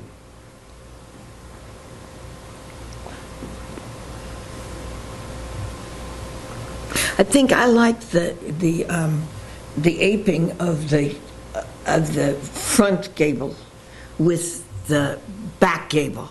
I think if you drop the ridge height, then that flattens that out a little bit, and it doesn't repeat it. It makes it look fatter, and I think it will make it look closer rather than. Right, I wouldn't flatten the pitch, I'd lower the eave line, but I don't think lowering the eave line, the returns near the windows, I think that those returns should be above the window where they are. I don't think they should be lowered down, and that's the only way to lower that ridge would be to drive those eaves down, shorten the corner boards, and bring the eaves down to the windows, and that's a mistake. If I can narrow that gable, reduce the width of it and get that. And still keep the proportions. Yeah, keep the proportions. So that the proportions match that front, which is the thing that really struck me in the beginning as very appealing. That would solve a lot of problems, because that would also reduce the clapboard distance above the two windows. That massing would get reduced, but the scale of the returns above the windows, where those returns are, the eave returns, they've got to stay above the windows. Right. They can't come down and be even with the window trim. Sash line. Right. And then that's just way too far into the roof. Right. That looks like it's coming out of the first floor at that point. I think it's just a tweak. Again, the perspectives tell you a lot, and that's probably about the most helpful drawing out of all the architectural numbers that are on the page. That's aesthetically what it's going to look like. What about the gable off the back? Is that a possibility? The long addition. Can you move it to the back side, or? Oh. Yeah. No, I don't know if that's a. Yeah, I would soften, I don't know. I would look at reducing the width of it and bringing it down on the ridge. I think that could help a lot. Just throwing it out there, did you ever sketch a hip on it? Does it just look totally wrong? The drawing. Yeah, I bet. It didn't look Right. like a mistake. They're okay facing the side, but not facing the front. wrong. Yeah. I could see that not being right, but I was just curious if you'd even studied it. Yes, it wasn't. It was just they were competing. It was kind Yeah. of, It would have made that corner hidden too much. So Alan, you don't think there's a whole lot you can do with ridge height at that? I'll try. No, I don't know. Okay, if there's not, maybe a story pole on the ridge would be very helpful, like with the last application, or if you think you can lower it, maybe we can do something with just staking out the corners when we come out to see the site. Okay. Yeah, it's beyond the garage, so I can get some posts, in theory, up and over, so I can do that. I think you'll like it. I think once you see it and react, if I can get it done, get that ridge set, I think it'll be okay. So, is that what we should do then? Get that moving forward, and then have a site visit, or Yeah. would there be an interim site visit? Or, I don't know. I think one site visit will be fine. Okay. And we can get a lot of that. Sometime between now and the next hearing, which is September 17th, I believe. So I would Won't be call as easy as you. the last one, but certainly. Yeah, Saturday morning at some point, if that's okay with you. Good work. All right. Beautiful. Any other comments? Good? All right. Thank you all once again. Thank you. Coming so prepared, I appreciate it.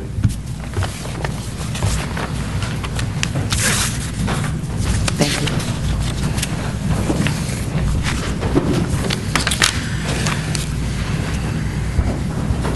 Mrs. Smith,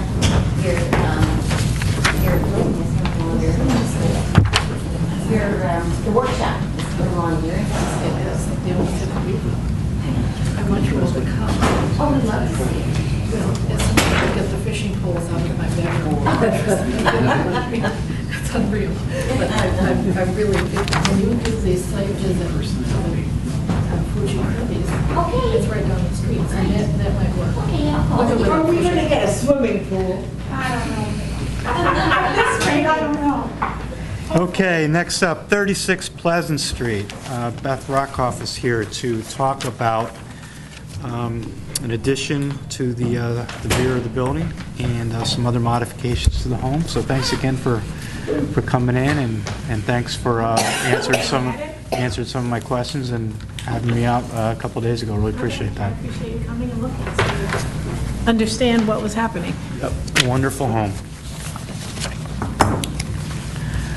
Okay, maybe just so everybody's on the same page, if you want to just give us a basic overview of the project. Well, it started in like 2000, and in 2012, you all approved, or those of you who were here approved an addition behind the garage for the pool. I was not happy with the front facade design to enclose the jacuzzi at the site at which it was, because it was a more of an octagonal building. So what we've decided to do is add it on the interior, and it makes that building a little bit longer. And that way we were able to put more of a shed roof with an extension on the connector, so that other than that, there's not a whole lot of changes. There's some window changes. And the height of the barn is to be at the same level of the existing barn. With the area where there's a shed roof now that will have a separate pitch will be set down lower to distinguish the existing barn from the new addition. They're also in the connection, because of Marty's listening to you about handicapped access and dignified access, we are now doing it inside the connection, so there will be a ramp. There will be an entrance by the garage, the front facade off the driveway, and then you will ramp up into the house. Wonderful.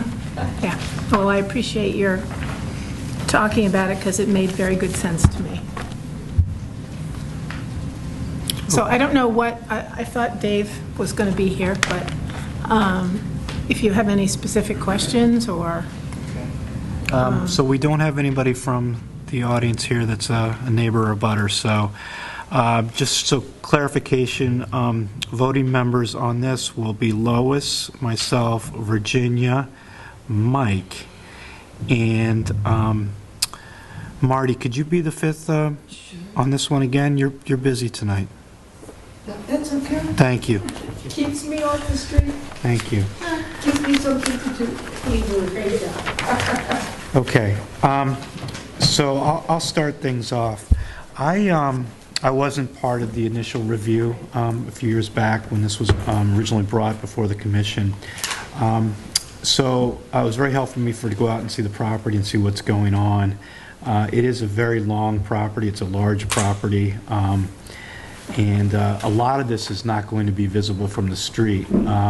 However, if you look at the streetscape and you look at the front of the house, on the left side of the house, I think if you look back across the fence and over the pool, you'll see quite a bit of this as it extends out.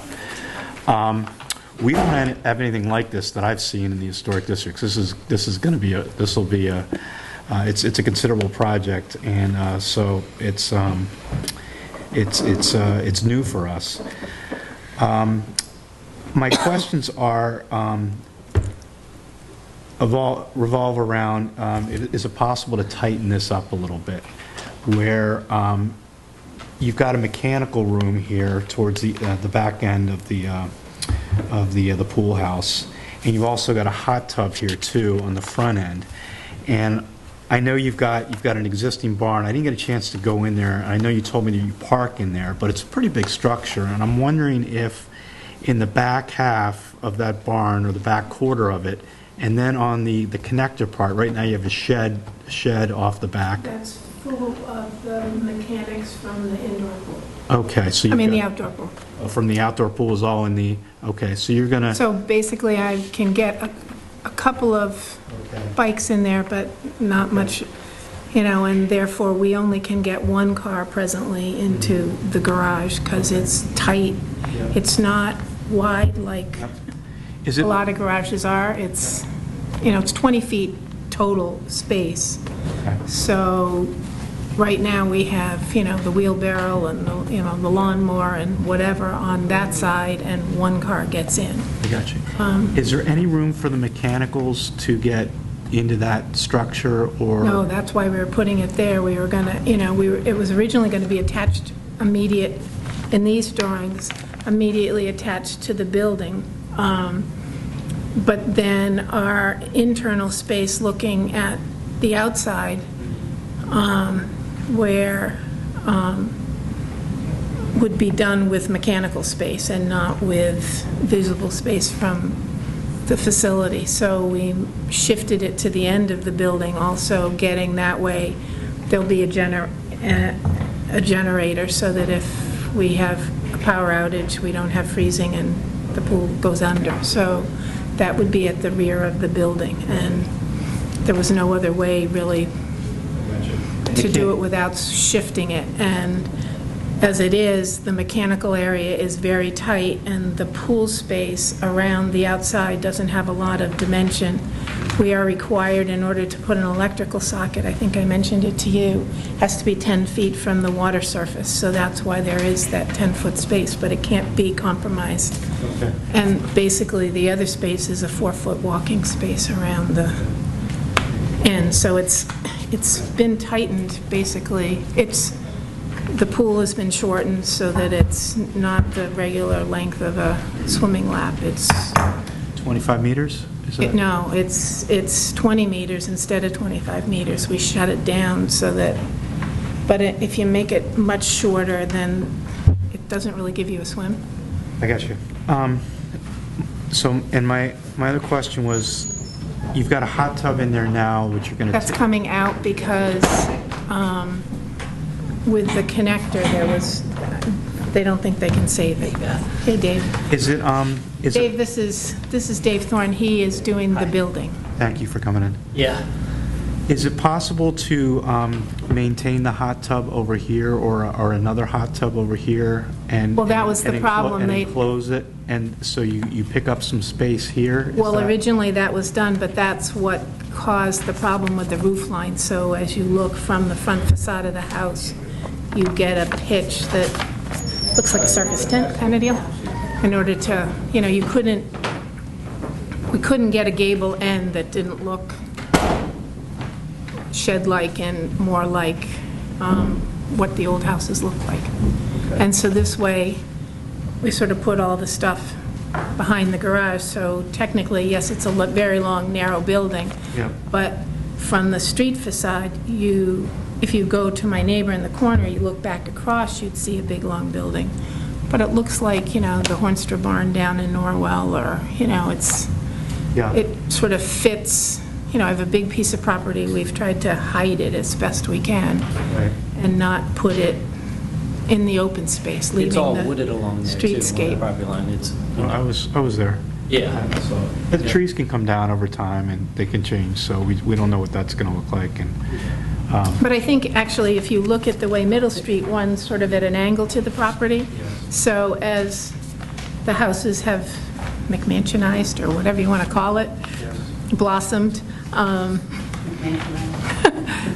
the space in between to look down, you don't see my property unless you're in their backyard kind of deal.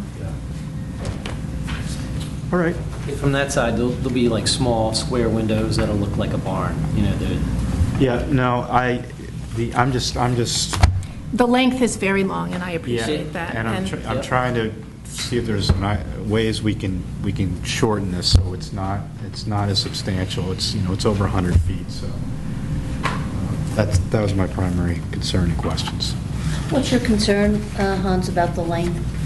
That it's long. That the house is, the footprint of this is over, almost 3,000 square feet. Right. The house's footprint, is probably something, it's what, about 30 by 30 or? No, it's 40 by, I don't know. It's about 4,500 square feet, I think. So it's a big structure off the back. Yep. And then just from being over on Pleasant Street on this side and being able to look back across this, you're going to see some of this. So,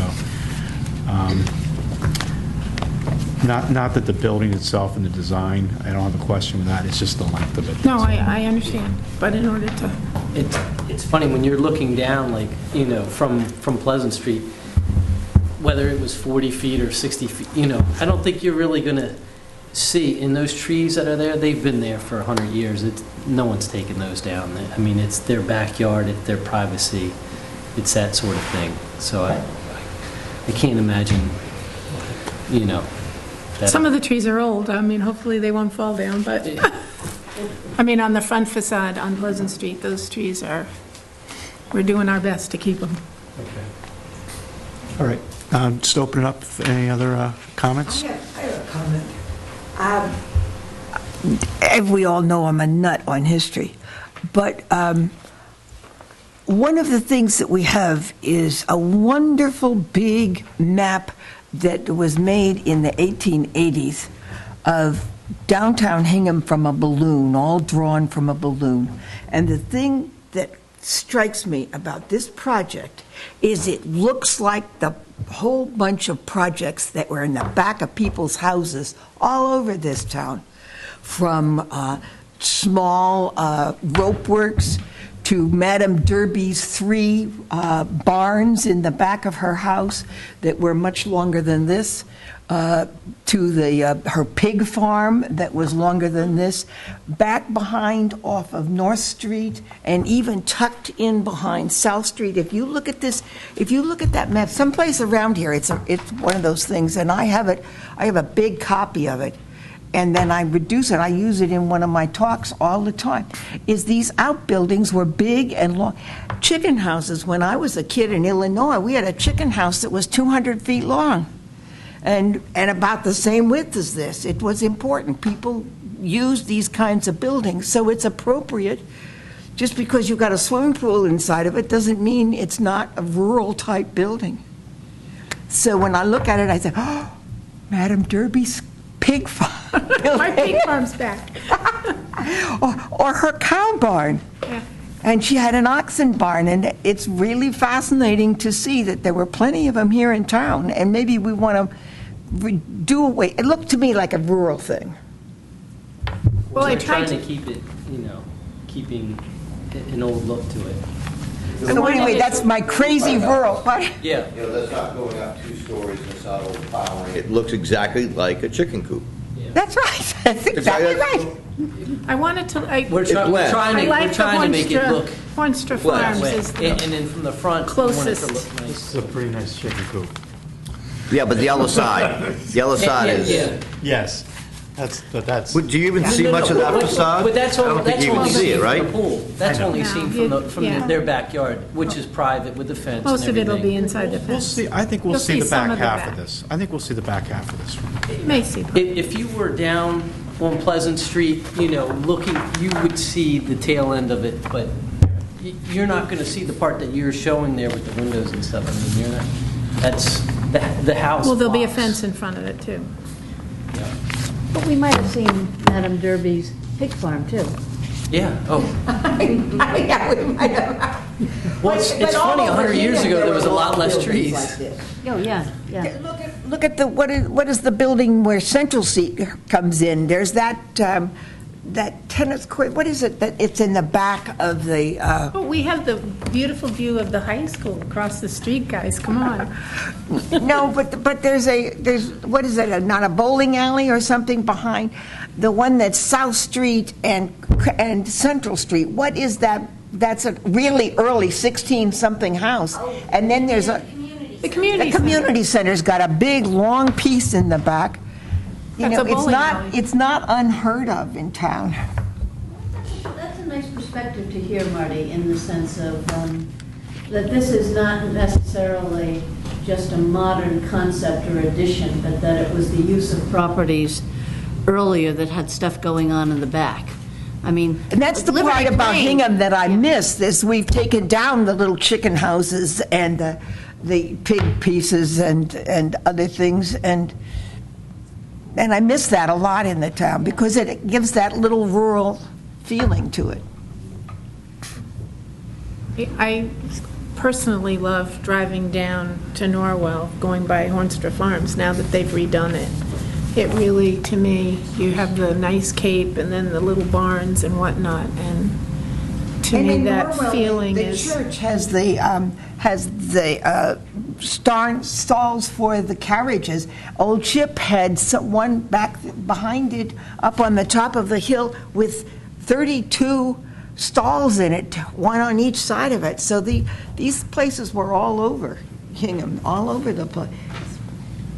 How does this compare to the 2012 application? You mentioned it was a little bit longer. I have the photo here, if you'd like to see it. The best way to show you is probably, okay.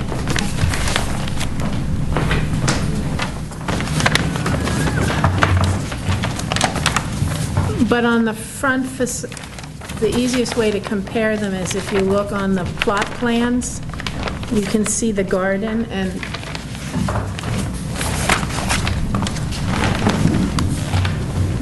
this originally was planned to come to here. It's now coming to here, basically. So it's another 10 feet, 15 feet maybe. I don't know exactly the distance, but this is, it stopped here and now it's going. But we're getting rid of this, which was this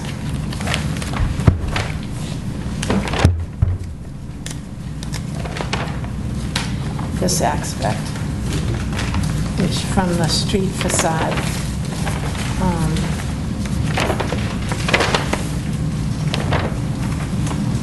I guess I don't have perspective of that on the street facade, but this is from your perspective from the neighbor on Pleasant Street if you go in the other corner and looking across.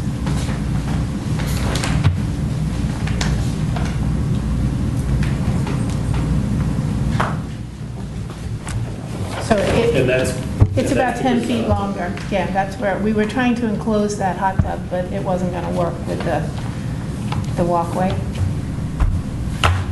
And I didn't like the roof lines. And this one's been trying to get me to get this shed line somehow. So we, got a different architect and worked on trying to shift it to make it, I don't know how to explain it as far as more, you go big house, little house, back house, barn, and the connections were more with a shed and just a continuation on. You also, on the drawings, it notes wood shakes or architectural shingle. Have you made a decision on what you're going to do for a roof? I think probably it's going to be the architectural shingles on the roof because I'm not going to be able to afford the wood. The existing house is asphalt? Yes. Everything else is asphalt? Yeah, so it would be the same. It would be the same. As the front facade of the house. The barn has 3 tabs, which we replaced with the architecturals. They look a little more like wood shakes.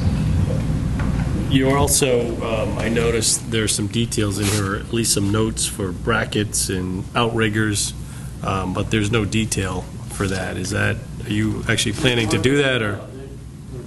I want it to look very to match what's on the existing barn. Okay, because your drawings are showing graphically and noting outriggers and brackets, which, I think. What page, Mike? So it's the elevation, so A 2.0. And then the rear elevation on A 2.1, as well as the other side elevation. So I think the instinct is there to keep it simple and not do that. I think it would look better without any brackets, just shingled on the back, looking like a barn across there. The existing barn doesn't appear to have any of that. Are you proposing any light fixtures?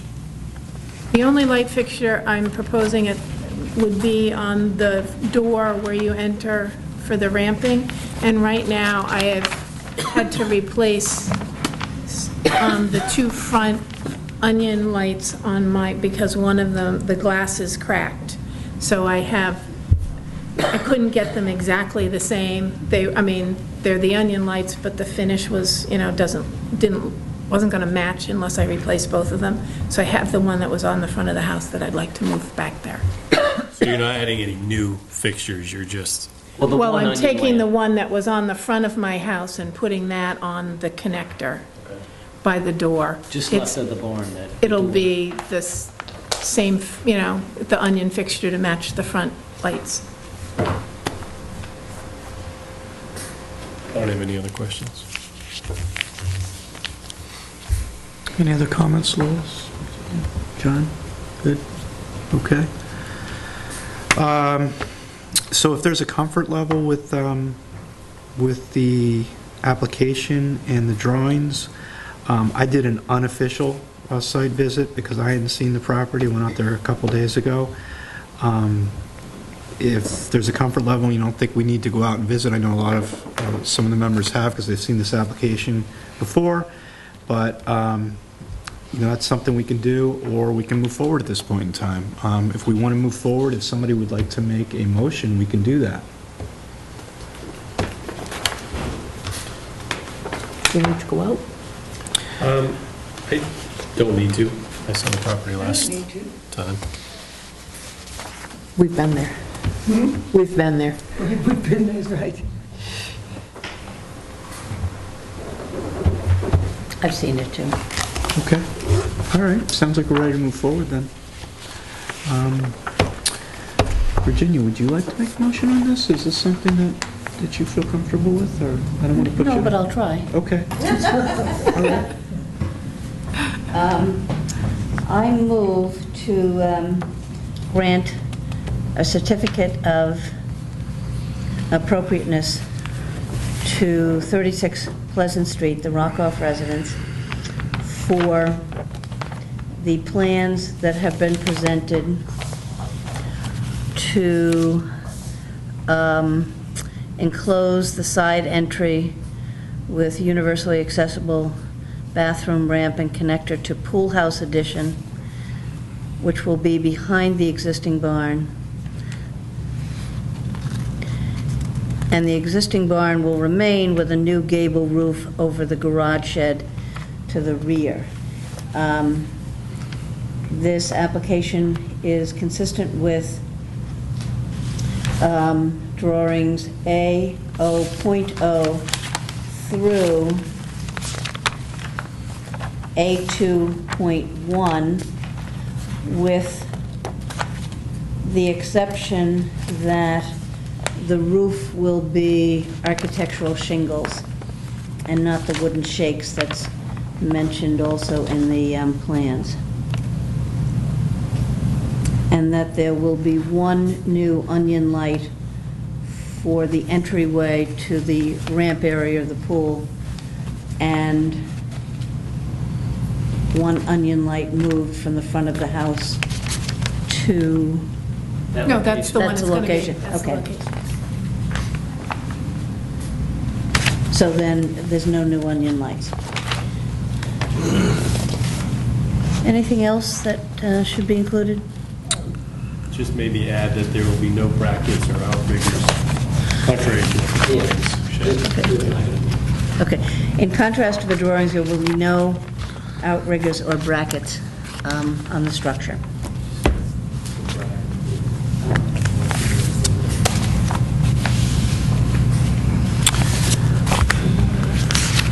All seconded? Okay, all those... Everything in there. Yeah, all those in favor? Aye. Opposed? Thank you very much. Thank you for coming in. All right, good luck. Thank you, yeah.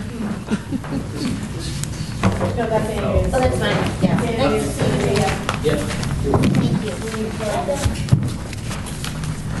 Are you guys done? No. No. Okay. This is the throwaway pile. May I add to it?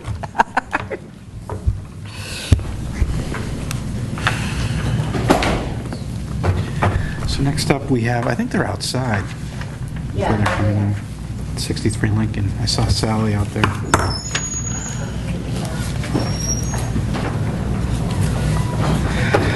Hi, how are you?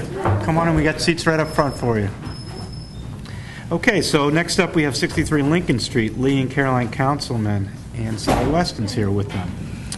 Welcome. Thanks for coming in. Thanks.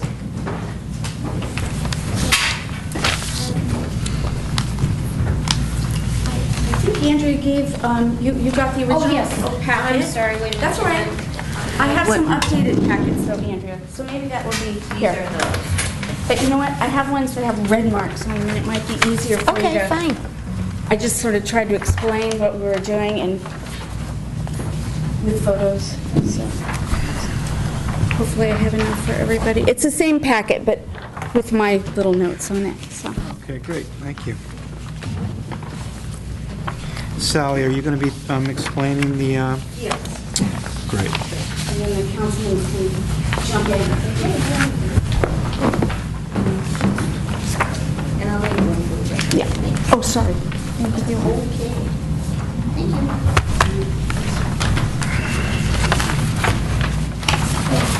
I think I have it in bigger scale through here. This is a little easier to see.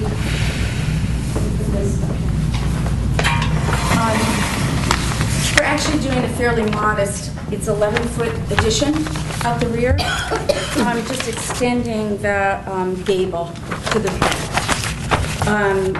But we are changing a few windows as we go around the front and the left-hand side elevation. So I thought it might be easier, this little packet that I just gave you, to kind of explain what we're doing. So I guess the best thing is to start on the front elevation at the top of the page and work from right to left. The two windows that you see bubbled, you actually gave approval for. There was a sliding glass door and a greenhouse, and that's actually, those two have been installed now. The next wing is the Charles Everett wing. We're not touching that. The first window to the left of that, there is a door there, and you can see on the picture on the top left corner. We're replacing it with a window because it's very confusing for people that they go to that door instead of the front door. It's just kind of an awkward place, so that will become a little study for Carolyn. So the next two windows to the left of that, you'll see on that front top picture, there's a 3-window kind of greenhouse window. Seems kind of inappropriate for the house. So this gets amazing sunlight from the front of the house, so they really would like to have a 2-gang window there because it just brings in a huge amount of light, and we're actually filling in that void of the 3 windows with the 2 double hungs with shutters on the front. So those are sort of the changes to the front of the house. As you go to the left-hand side of the house, and that picture is on the bottom, you'll see as we work from, again, right to left, there's an oval window. It's fixed. It's up way in a shower right now. We'd like to just remove that. Not really doing anything. And substitute the little double hung for 1 half sash, because that's going to be in the shower. So, and we'll have shutters on it and things. On the second floor, as we work to our left, the next window is existing. This next window back here that you can't really tell in the picture is really a 1/1. It must have been replaced at one time in a shower, so we just want to replace that with a new 6/6. And then the next two, you can see there's a line, the 11-foot addition at the rear. Of course, that window on the top and the new mudroom door and little window on the bottom would be new. And then starting from the right-hand side on the lower level, on the first floor, again, we're just replacing another greenhouse window that's right here on your bottom picture with a double hung window. There are 2 windows on the right here to the left of that we'd like to put 3 windows, again, because they get really great sun in here, and that's going to be their breakfast area. And as we work back, there's a mudroom door with some transom and some side lights. Again, it's right next to the driveway, so we're moving the mudroom door into the 11-foot wing. And those, where the door is, there'll be a 3-gang window for where the kitchen will go.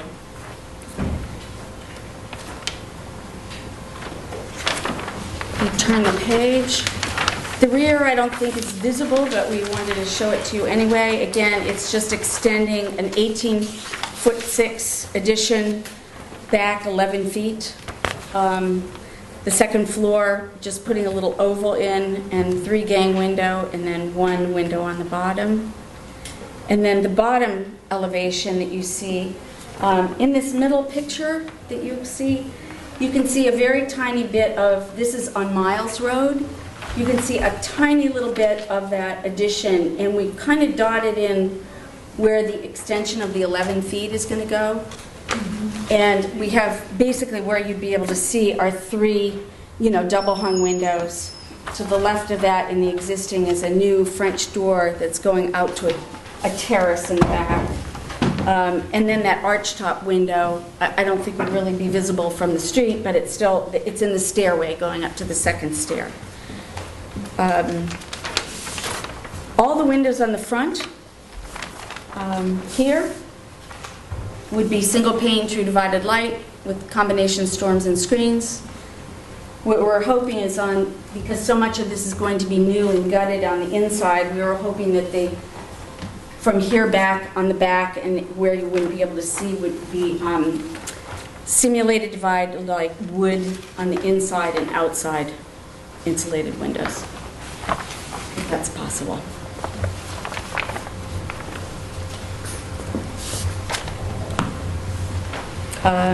The addition to the house, the 11-foot addition, really everything is matching, sills and shingles and trim and shutters throughout.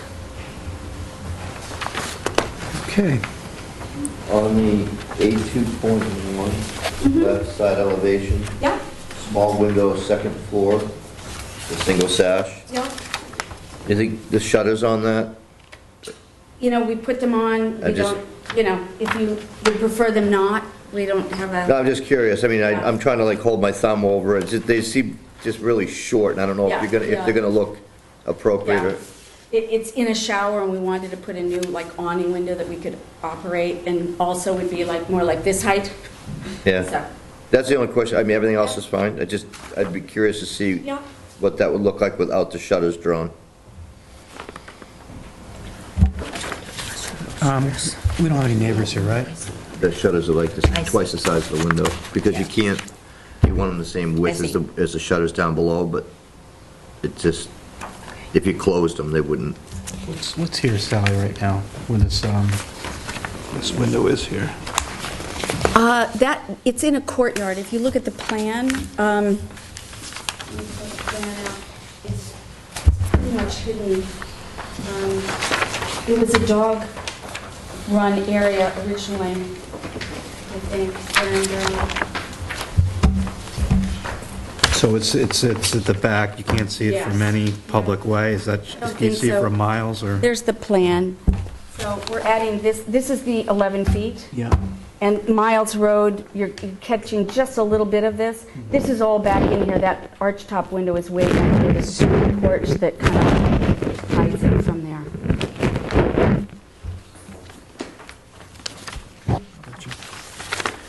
Any other questions? I have a question about shutters.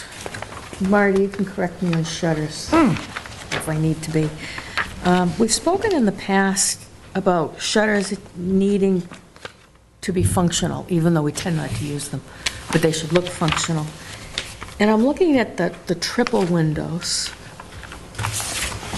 on the bottom, and they have 2 ornamental shutters on the side that would never cover those windows, and the whole board has spoken about that before. I'm just thinking if maybe they shouldn't be there, because they don't cover the windows?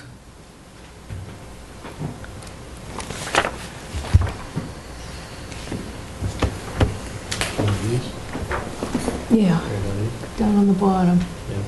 That's coming up, that has come up in the past. It ties in with sort of your awning window in the shower. Right. That you don't want 2 little short shutters. They just...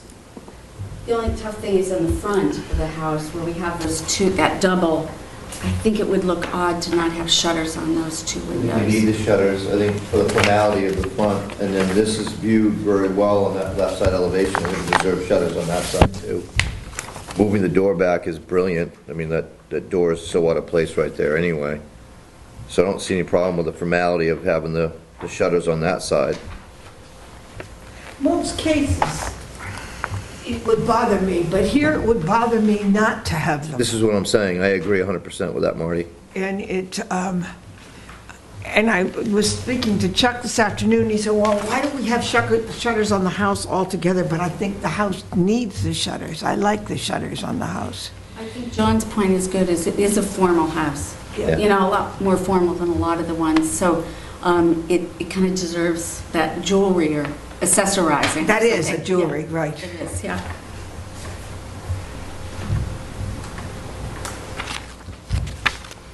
So I'll go on home and argue with that with Chuck.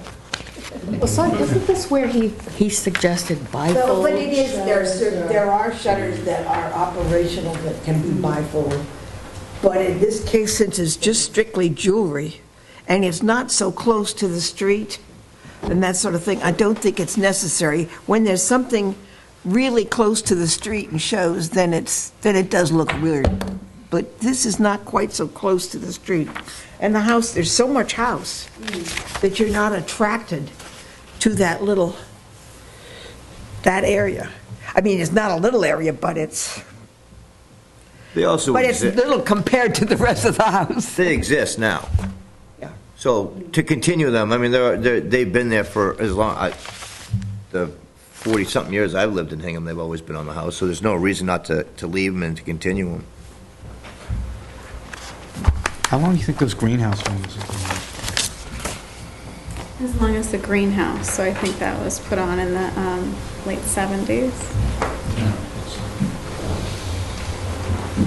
I think these are all real positive changes made. I think if I could just note on that rear elevation, typically when we're adding on to these, we try and squeeze it in a little bit, drop the roof line, just so it sort of breaks from the existing house. But I think in this instance, that's probably not appropriate because it's such a small bit that's added to the back. If it was twice that length, I'd say that would need to be pulled in and the roof line dropped and all that. But I think the fact that it's only this 11 feet, I think it's appropriate for that application. Because it's one room inside, so it might be a little, it's the master bedroom up there, so we're extending that a little bit.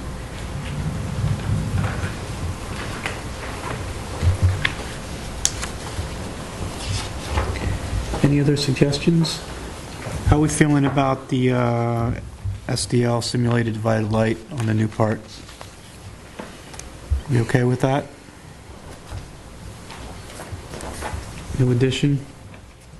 I mean, we've approved that before. But on that whole facade, I believe is the request, right? Not just the addition?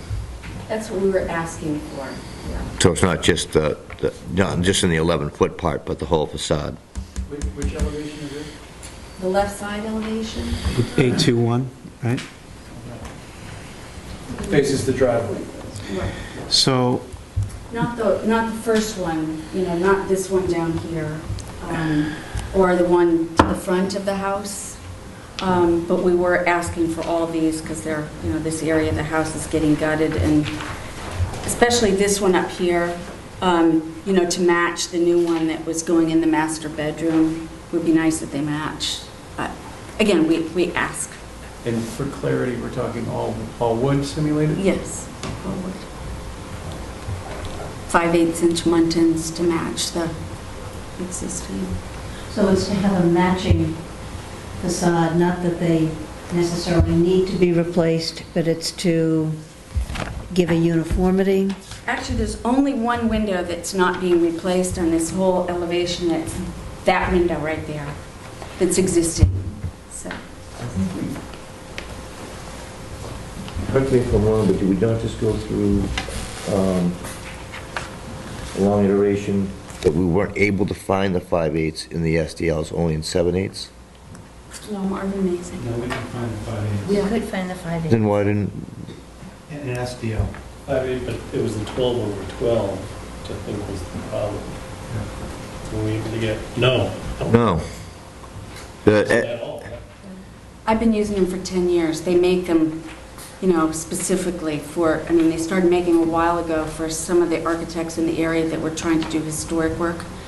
And now it's standard. You can't do it on the integrity, but on the more custom ultimate Marvins, they will make a 5/8 and a 7/8.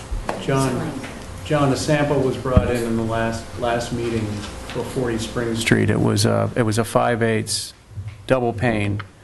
The putty glaze is not putty. It's a composite. Everything else is wood. And it is the Marvin Ultimate.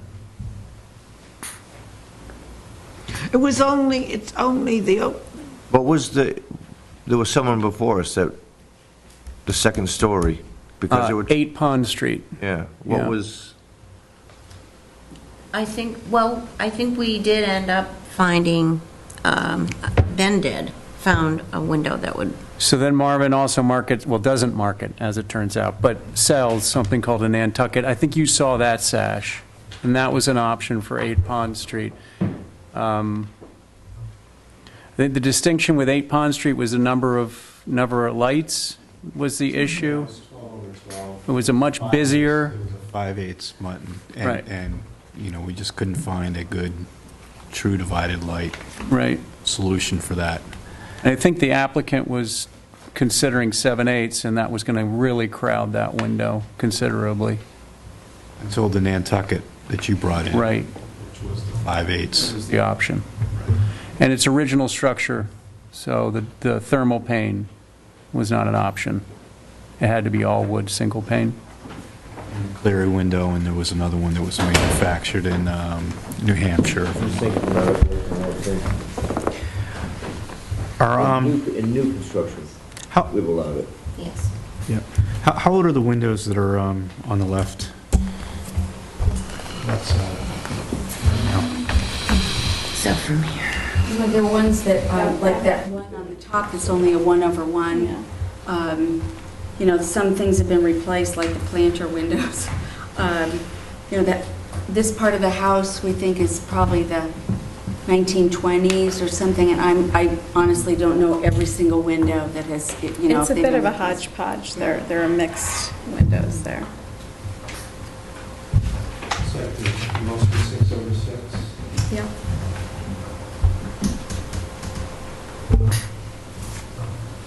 Can any of those windows be reused, or are they operable? I don't know, we'd have to check to see, by the time you take the old windows out, it's pretty tough. We'd have to look and see what condition they're in and if they're the right size.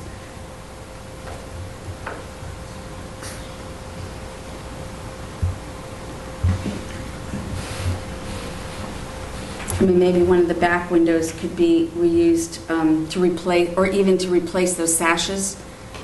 The second window back on the top right, maybe those sashes could be replaced, in the one that's 1/1. I just have to confirm if they're the exact same size. Is that anything with this window here? This one is... Nope, that's existing, yeah. And that's, it's 6/6. Yep. True divided light. Yes. And this one is the 1/1, and that's why I say maybe one of these from over here, the sashes could be replaced to this window, and then leave the rest. But if you went SDL on everything, this still would be an outlier. Yeah. This would still be a true divided light, is it? And that would be the only one with a storm on it? Yes, unless we choose to replace that one, but that's up to you, to council next. And the reason for not going true divided light on all would be? I think it's an energy issue at this point. We're gutting that whole part of the house. A lot of the part on the right-hand side, they've already renovated, but this part where the kitchen is and things were insulated, and it's just a better insulation quality, honestly, so.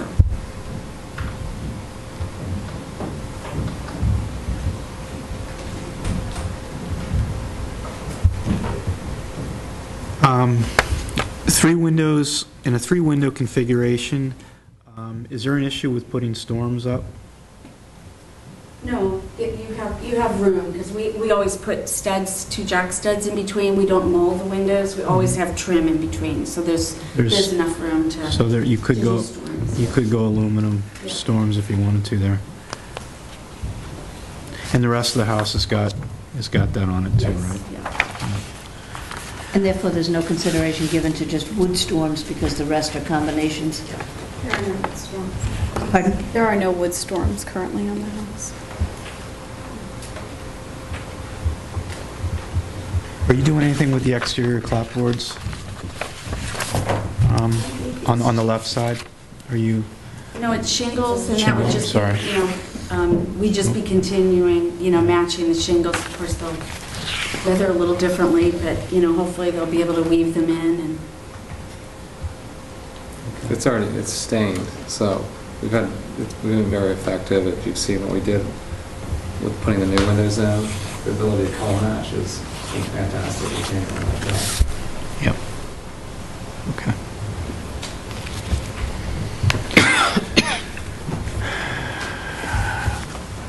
What do you think? Any thoughts on the? I don't recall that we've allowed simulated divided light in existing construction before, so I'm not sure whether we're ready to change precedent. I know we've typically allowed it in new construction, but not in existing. So I'm not sure I'd be willing to be precedent setting in this application. What options were you considering for the windows if you were going to go true divided light? What were you thinking about using?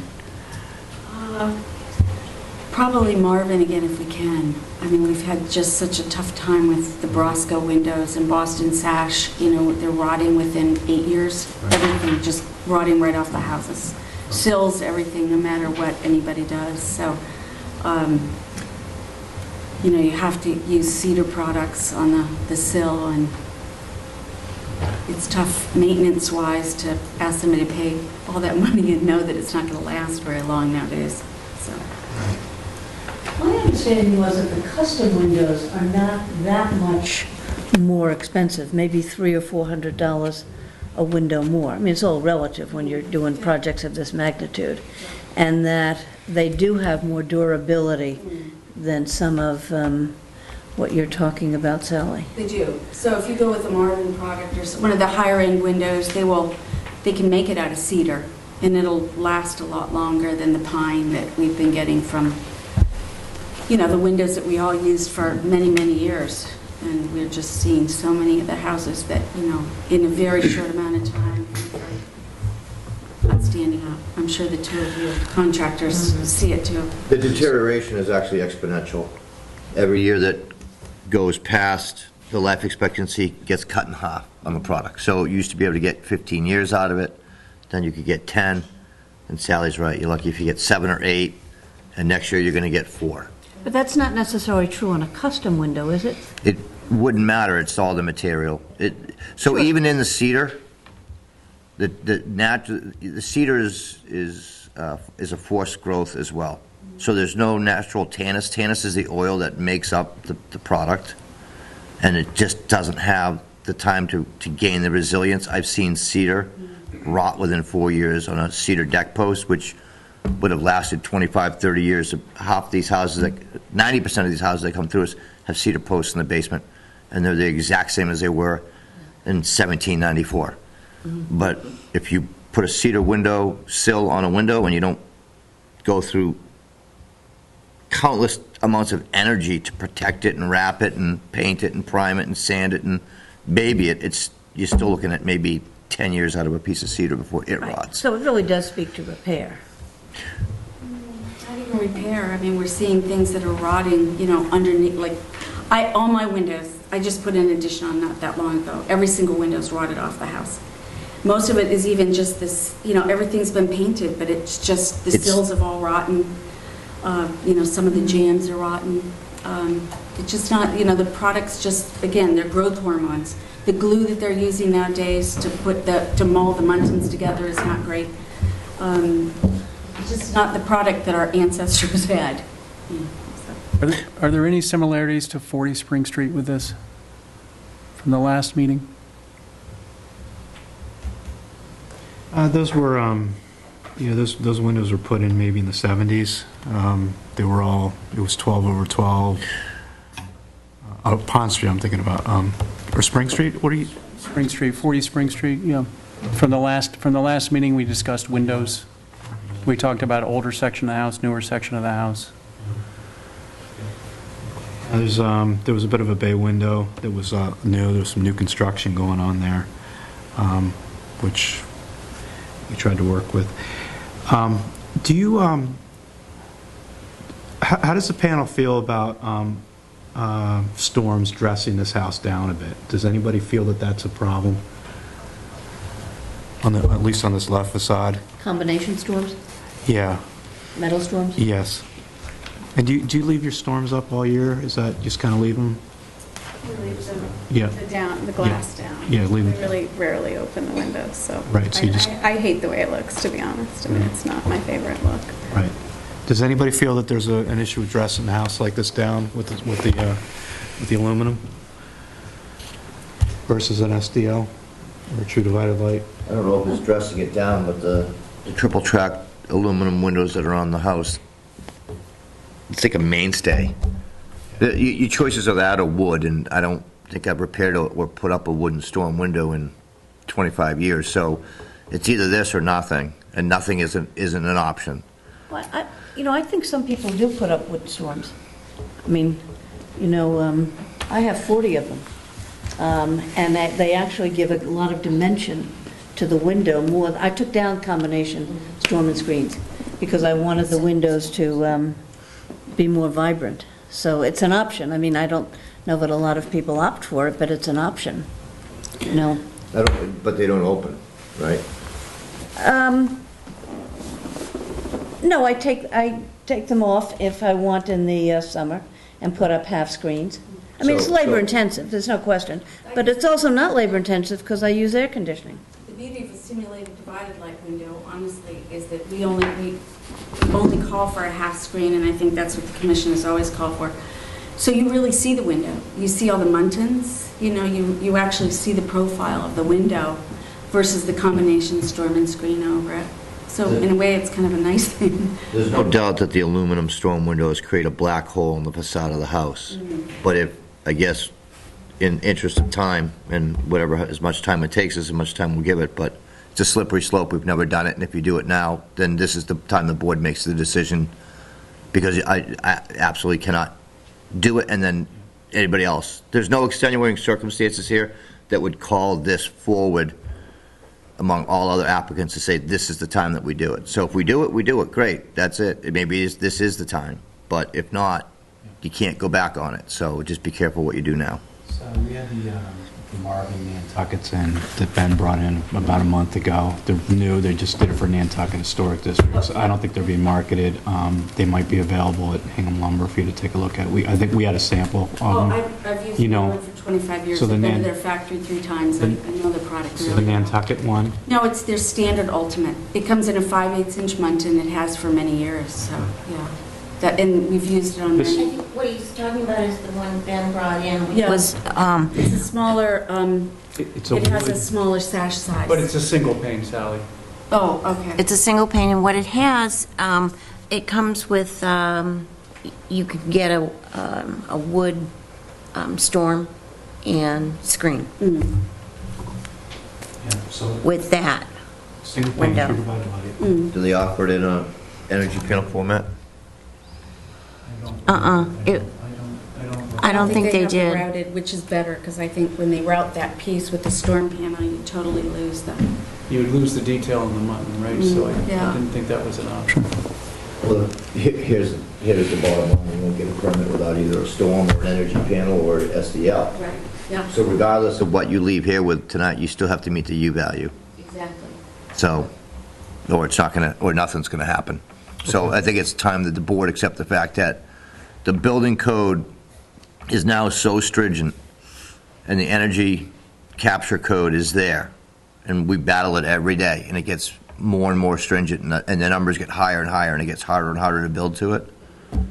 you honestly cannot get a building permit without matching the correct energy efficiency. You just won't get acceptance of the window. So manufacturers have to build, don't have to, in the Northeast, they have to supply and build to a specific level. So we're definitely a different geographical situation than the rest of the country.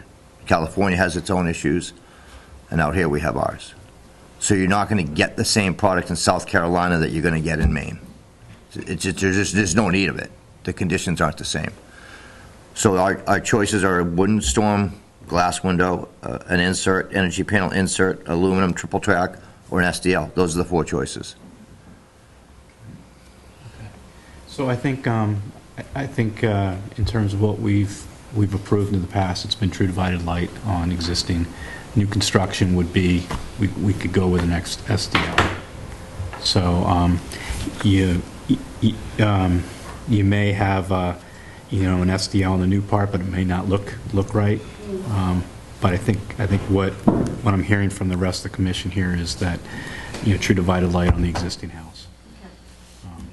So, all right. Your house has a brick front, right? No.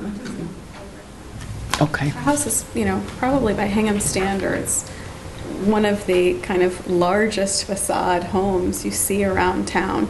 And we have, countless windows. So it's like a sieve. The heat comes in, the heat goes out. So anything we could do really to improve the efficiency, we've restored so many of the windows. We love them. We wanted to restore the front facade really as close to what we thought it was originally, to remove the greenhouse, to remove these greenhouse windows. So we would love to be able to put, not have these storms on that side of the house, which isn't the front facade. It's really up our driveway. So yes, you see it from the road, but it certainly isn't prominently visible from the road. And I know we're setting a precedent here, but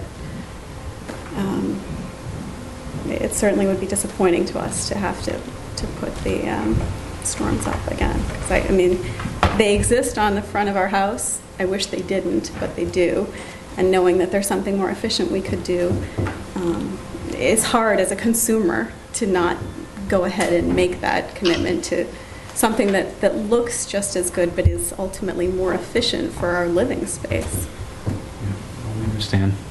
Is there a way to take a vote on that with a backup vote on non-SDLs? Can you arrange it to poll for a vote to see if the board members would in fact approve SDLs in this condition?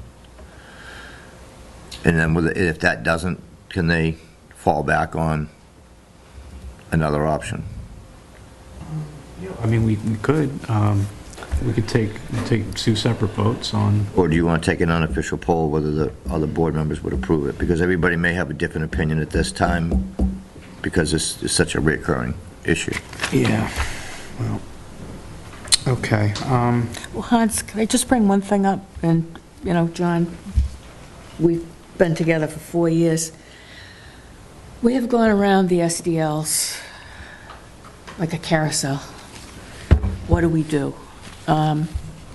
In the 4 years I've been here, the times have changed. Materials aren't what they used to be. But as a board member, I think what I'd like to know is if we were to approve SDLs, I think it has to be in a more black and white format. Not, well, we approved the side of this house. I think if we approve the side of this house, then we approve every side of everybody's house. It's the streetscape that's most important. I'm kind of fond of aluminum windows because I grew up with them as a little kid. I got to clean the tracks. That was my job. But I think I'd like the board to come up with a policy before we start picking at one side of this house and the back of this house and the bump out on that house and new and old. And I'm just wondering if the board could make more of a decision, and I know it would hold you off a little bit. I'd almost like to see the board work on this, and it's just my opinion, and come up with something that can go into the guidelines that says specifically these windows can be, these windows cannot be. I think. Or can we do it tonight? Well, I think we did a study like that with composite materials, and I think this is just as important, and that took a couple of months. Also, there are some members of the board that aren't here tonight that would want to weigh in since that is such an important tipping point. But I sense that the board is somewhat divided on this, and I don't think it's as black or white a vote of yes and no as it may appear at the surface, because I think we've revisited it so many times. The cost of energy is doing nothing but going up. And I agree, I think Lois makes a great point, and I think it's a bigger issue than just this application. It's something we should somehow figure out a way to consider or study, similar to what we did with composite materials. I thought you did approve, I'm sorry to interrupt, but I know we've done a number of jobs where we've done simulated divided light wood windows on the sides of homes. In addition, in either not facing a public way or in the addition, yeah, new construction, absolutely.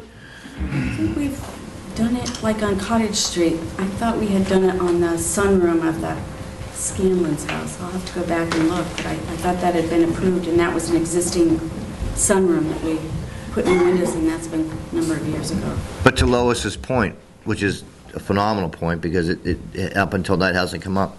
So say the board approves the front facade has to be true divided light, but all the sides and the rear can be simulated. So you're going to have corners of houses with one type of window in the front, so each room's going to have two different kinds of windows. It's going to be really big. Don't we have that now? Huh? Don't we have that now, really? When you take a look around and the age of homes and how they've gone about replacing them over the years, there really is a lot of inconsistency already. I agree, but I think if the rush of applicants coming in here to change the entire front facade of the house to SDLs, right, and then you've got, so I'm talking just in the same room. So say someone wants to come in and do a replacement version window. That opens them up to do the entire front facade. So we're saying, okay, well, you can only use them on the side. It's in this case, you have a side window in a front location. So you have one, the house jogs in, then you have another window facing forward again. So you have 2 or 3 windows on one diagonal elevation. Where do you draw, to Lois's point, where do you draw that line where it's only on this facade or only on that facade that it's acceptable? Well, it gets very muddled. I think it should be policy-driven with exceptions perhaps thereafter if we choose that. But I think this issue should be policy-driven more than case-driven. I agree with you. I think we need a little time to study this more. So I think what we can do is we can talk about your project right now. If the members are positive on the application proposal, we can give you a go-ahead for true divided light right now. And if there's a change down the road, and it's something that we're seeing a lot of, you know, with not just your application, but neighbors in other parts of town within the district, you know, we can get back to you, and you know, you can resubmit and put in some new windows if you want to do that. I don't know how long this project's going to take you, when you're going to start, but I don't think we want to make a policy changing decision tonight on all of this. Fair enough. Windows you would allow though? New, yes.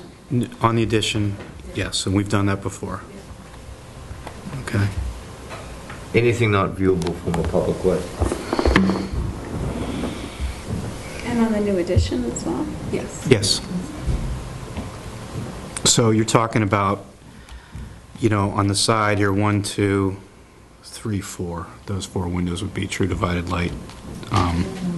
And I'm talking the left side addition. Yeah. And then the new part, if you want to do SDLs on those, you can with those 2 windows. And anything that's not visible from the public way. So. Okay. So would somebody like to make a motion for 63 Lincoln Street at this point in time, if there's no further discussion? Voting members will be Michael, Lois, myself, Virginia, and John. Could you step in on this one? Sure.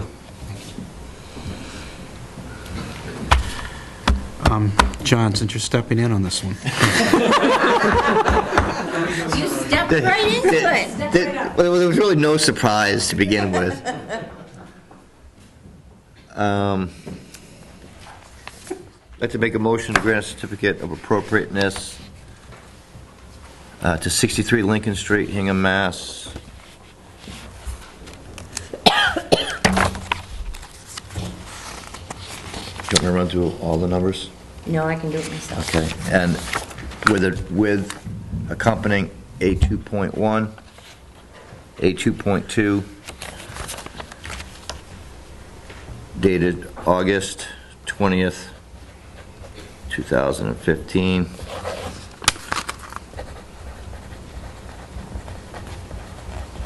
We'll include these, Andrea. Okay. To replace existing windows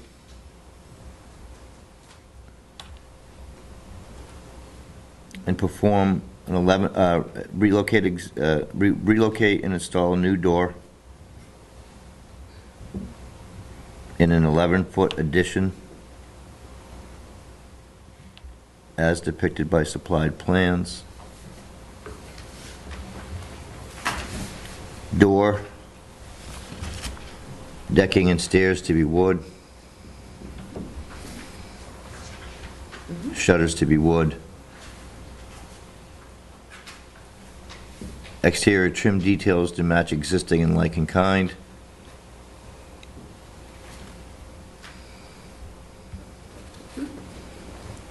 Front facade and left side elevation windows to be true divided light, with the exception of applicant's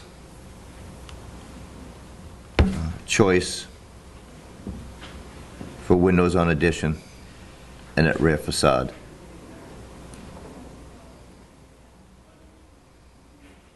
Okay. Sally, any kind of light fixture chosen for the back door? Is there going to be a recessed light up inside the ceiling, or? Oh, there'll probably be a sconce. I'm not sure that you'll be able to see it. Okay. Maybe to the left of the door, then maybe it can. It's so far back, I don't think you'll. I agree.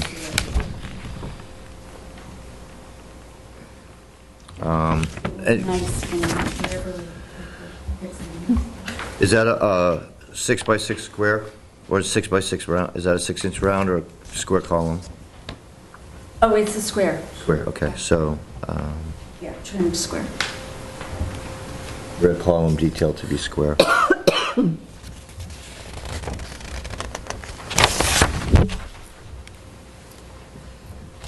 That's really it.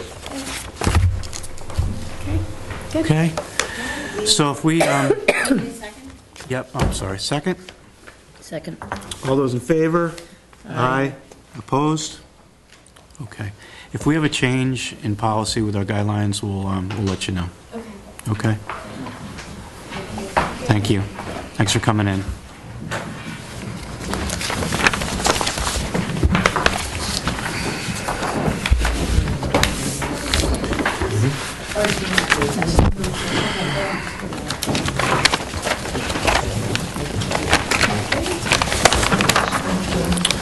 Okay, I'm sorry for the delay.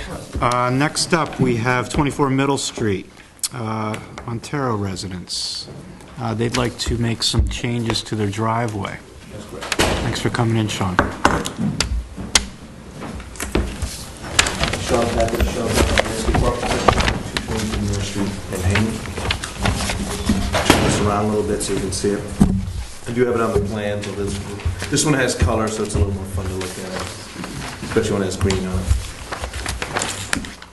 So a couple different pieces that we were looking to do. The first one, there's an existing on your package there. You'll see an existing conditions of a brick walkway coming to the front door. And we still want to use brick, we're still going to keep the same brick, but the landing in itself is a smaller piece of granite, and it's very narrow. It's probably only a foot deep right at the front door. And so what we were hoping to do was do an actual landing of about 3.5 feet depth out of granite with a brick on the inside. We're adding a step. So that's actually a lot steeper than what it looks. The walkway is quite a bit steeper than what it looks. So we're going to use antique granite, use the same bricks, probably add some other bricks to it. City Hall pavement. Blend it in. The second page of that package shows kind of an example of the antique granite. It's over on School Street at the McEwens. We did brick and granite there. Sidewalls of the landing will be granite, antique granite pieces cut in.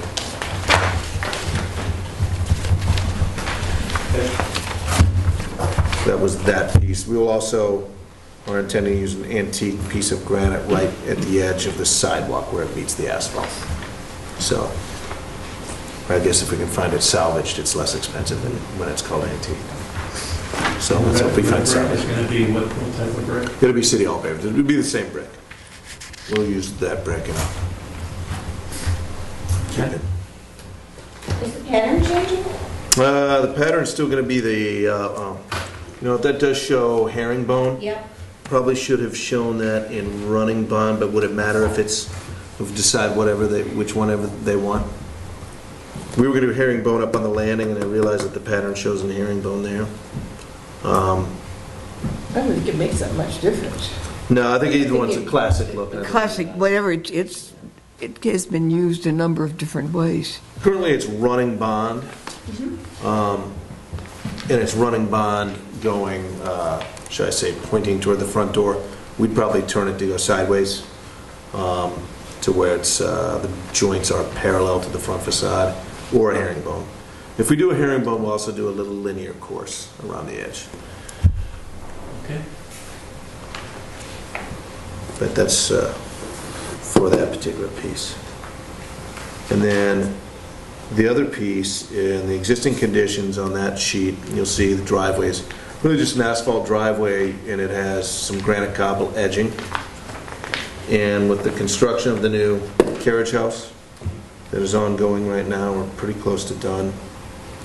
We were going to take the driveway. Michael Montero was going to do a heated driveway. And in that system, the manufacturer, the contractor, said we cannot use asphalt, and he doesn't want to use concrete either. He wants to use concrete pavers. So we were choosing to select a concrete paver we're proposing, which I show on the second page. Maybe it's the third page of your handout, actually. It's a running bond pattern that we were hoping to do. We still intend to do granite accents, still using antique granite pieces. With those, we'll have to cut those thin. We'll have to actually split those and cut those thin so we can get heat through them. But the intention was to remove the asphalt and to propose the concrete paver. And the shale gray, we'd call it Teco block shale gray or approved equal. That's what these blocks are? That's correct. On the bottom left? That's correct. Yeah. The other two pictures and the one on the right is also, bottom right is a photo that comes right up from the company's website. The other images you see there, it is concrete, that's correct. The other images you see there are some granite accents. Upper right-hand corner is granite cobbles. Lower, the middle is the large granite slabs. Those are curves, really, that we've used throughout town. And then the picture on the upper left is? Oh, just an example of the old antique granite that we're going to use as steps in the front. Similar to the McEwens. A few other places. I'm trying to remember.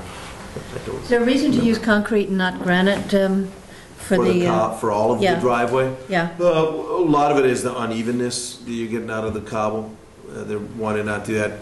Thickness, I think, probably scares. The thickness of that cobble scares the folks who are the driveway heating folks. Cost would probably run in there too. I would imagine be some amount of accent. Yeah, there you go. There's a. I've got some cobble here too. But that's a real Belgian block, right? Yeah, it's a big one. Yeah. What's the, That's why I opened the doors for you. You didn't even tell me. how much thickness, what's the minimum thickness required to heat it, for a heated driveway to get through granite? I don't know for sure the maximum thickness. Is it the maximum thickness or the minimum? How can we get it to be the maximum? You're saying How thick does a driveway have to be in order for heat to transfer through granite so it melts the snow? So what is the minimum amount? the concrete paver, I don't know the answer to that question because there's a lot of them. 2 inches, right? Correct, yeah. That's about right, because we just Yeah. did this in a big terrace at Old Ship. Yeah. And I wouldn't, a Belgian block like that, that's going to be a hell of a lot of money to heat that sucker. I mean, Yeah, really. even to get the heat you through know. there. John, you're working on something like that. We were chatting about it. He's working on a piece also of it paver too, right? And it's paver, and so I don't know the answer to that question. I don't know So the answer. this is a new one. Yeah. This is a new granite. This is a rustic old granite. But the sides are not smooth. But definitely have some aesthetic appeal to it. Correct. Certainly in relation to this house. That's why I brought them in and wondered if those are a possibility for heat. I don't have an experience with heating driveways or what the... There's a lot of material to heat on a cold February day. Yeah. Right. And we're intending to use those for accents as well as the large slabs, if you see in there. In front of the door, there was already some existing cobbles that have stockpiled on the side of the driveway now that we were going to use. And they may have to cut them too. They may have to split some of them to use them. I know with the large slabs we're going to have to, because those are 6 inches and some change. So they'll have to probably drill them and split them, cut them. Behind it is as much the drainage as it is the thickness of the block. So the reason you can't do a tile or a poured concrete driveway is because as it's melting, it's refreezing, and it's redundant. So you want to have the water be able to seep through this and pitch away from it. The smoother the surface, the faster the it'll pitch away. The easier it is to pitch, less it'll collect, less energy used to heat it, less freezing. So once that gets up to temperature, all you need to do is maintain that temperature.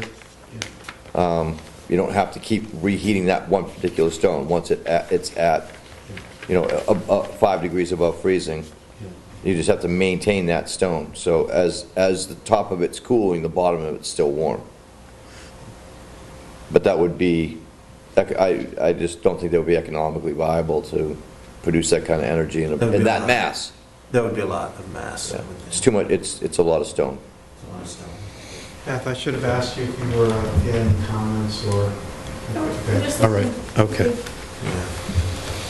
Is this photo here of the concrete block, or is that? That's concrete. That one's concrete.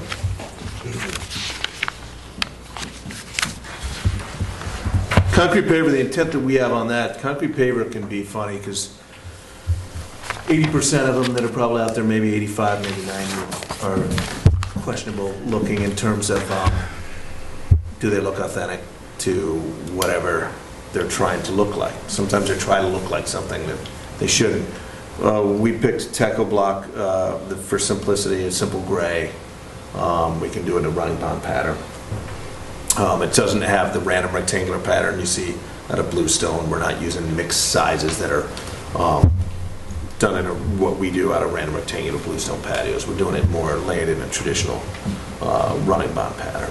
So, do they come in the varying sizes like you showed? they do. You can't even get them, I don't believe, in the same exact size. They come out mass produced really almost in a kit. And we were talking about that today too. Trying to get the exact one. I thought the color and that particular variety is with the variety we use with the same color and everything turned out. We just did it on a huge terrace. You did, yeah. And a great gigantic terrace at Linden Ponds that I designed. Anyway, we were very careful because it's going to be used as a dance floor too. And well, we wanted it smooth enough but not too smooth, and it was, and a realistic look. And it was really fussy, and we have people with wheelchairs and walkers and everything else coming, because this can be kind of dangerous to walk across if you have a cane or something else. So we chose different sizes, but we ended up with that particular slate color, and it was, we were really very pleased. Can you use polymeric sand with this on this driveway? You can. Okay. So for me, I think this is very smooth, and it looks new relative to the house and the neighborhood. I would be much more interested in going in the direction of something rougher that looks more period. That if it's possible to get heat through and it's possible to get the drainage, I would go in this direction versus something that looks, you know. But the smoothness comes in about 4 different levels of smoothness. But this is this is a man-made. I know. It's a man-made material. This is real stuff. This is the good stuff, you know. Yeah, but we're using asphalt, and we're using concrete, and we're using exposed aggregate concrete. We're using chip seal asphalt, and so I get it, because we have to think about it as designers almost more so. If you want to block this whole driveway, and you're going to go to the length to heat it, I would much rather see you go in this direction, if it's possible, than going with a man-made techno-block material. It's just, that's just me. It's too smooth. It looks too new. It's going to be an extensive driveway. I think you raise a vital point, Hans. If we're using precast concrete cobblestones, is there another texture? We've got it in the guidelines as an approved product to be precast concrete. Is it something that we could go to precast concrete with a different texture? Because my only issue with that is it trying to look like something it's not? So is it trying to look too much like granite? If we go to precast concrete, which is listed as an acceptable material. I haven't seen it. I don't know how it's going to look. I mean, this is a large area that you're doing, but I'm just saying, if you're going to go all in with a heated driveway, why don't you go all in and do some great stonework with it too? Well, I think we're doing great stonework with it. I think we're going to be doing accents with it that I think are going to be good. It's just a little bit of a rougher period look that you would achieve with something like this. And again, you don't see many around Hingham. I don't know if it's possible, but we've done the wheel runs. We've done slabs on. That's kind of, I hate to say, it's almost becoming a trademark for us. But we've done that. But to do a whole driveway in that, I haven't had anybody drop six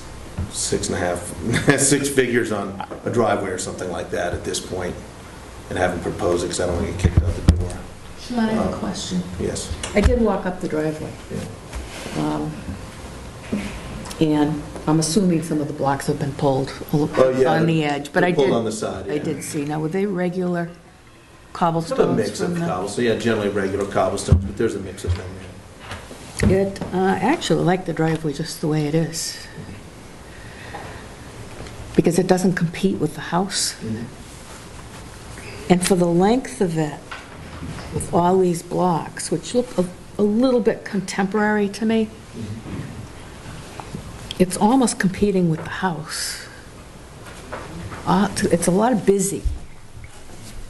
So were there options for their heated driveway with asphalt, or that's not an option? I don't think that's an option.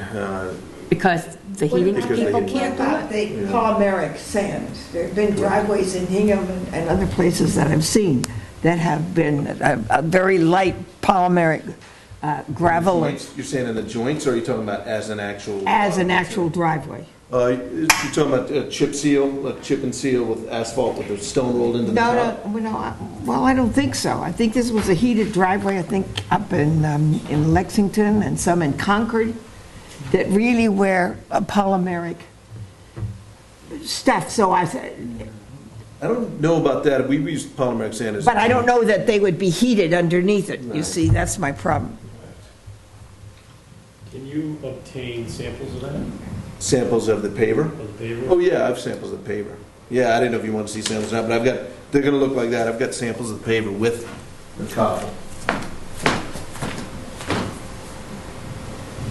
Here's one of the actual cobbles that was here, and here's the paver. This is one of the cobbles. There's a mix of, right, similar to that one slightly. That's an accent one that you would use something. Yeah, it's one of them that came up from the ground that was already there. So it was in front of the driveway, or it was a piece of the edging. Yeah. Scale. That's really smooth. Now, there are multiple different fabricators that make something similar to this. But that's the width that would be used on the driveway? Yes. That would be... I don't know how heat transfers through a concrete, but if it's any differential between the rock, but that's, I mean, maybe these can be cut. I don't know. And this is a newer granite. Yeah. Have you ever seen a cut cobble? Because I don't think I've ever seen a sliced cobble. Never attempted it. Yeah, I mean, we've not gone to those kind of lengths. We've done some nice projects, but we haven't gone to the kind of lengths to say, I want you to cut every cobble. And, I mean, I'm thinking the cost alone in my own head. And I don't, $35, $40 a square foot laid, yeah. I'm just trying to think of any granite, chip-faced granite product that comes thinner, besides a stair slab. It's a good question. No, we've done some granite that's like a tumbled granite paver, like a bush hammered one before, which can be nice, but not for an entire driveway. We've never attempted to do that.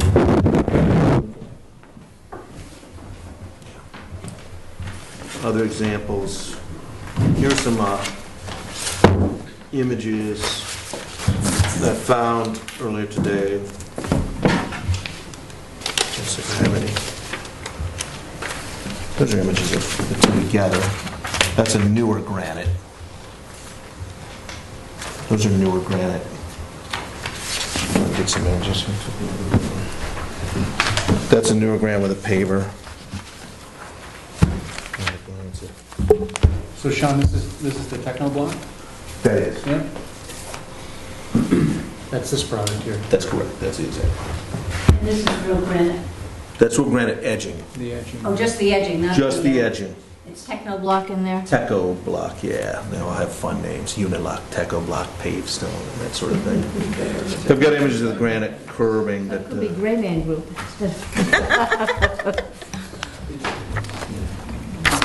Bearing out of curiosity, is this hydronic or is this electric? They're mat. This is hydronic. Yeah, it's going to be using running glycol. I think they're running glycol. Okay. I think it looks good in mass. It's the same exact product. We used that for a drive that was pervious. In that case, that was pervious. Needed to be for Conservation Commission at the end of Highview. And then we had it in front of that as an extension to the rest of the street, and it did not have to be. It was the same material. That's not the same product that's on the table. It is, yeah. Well, That's the same gray product.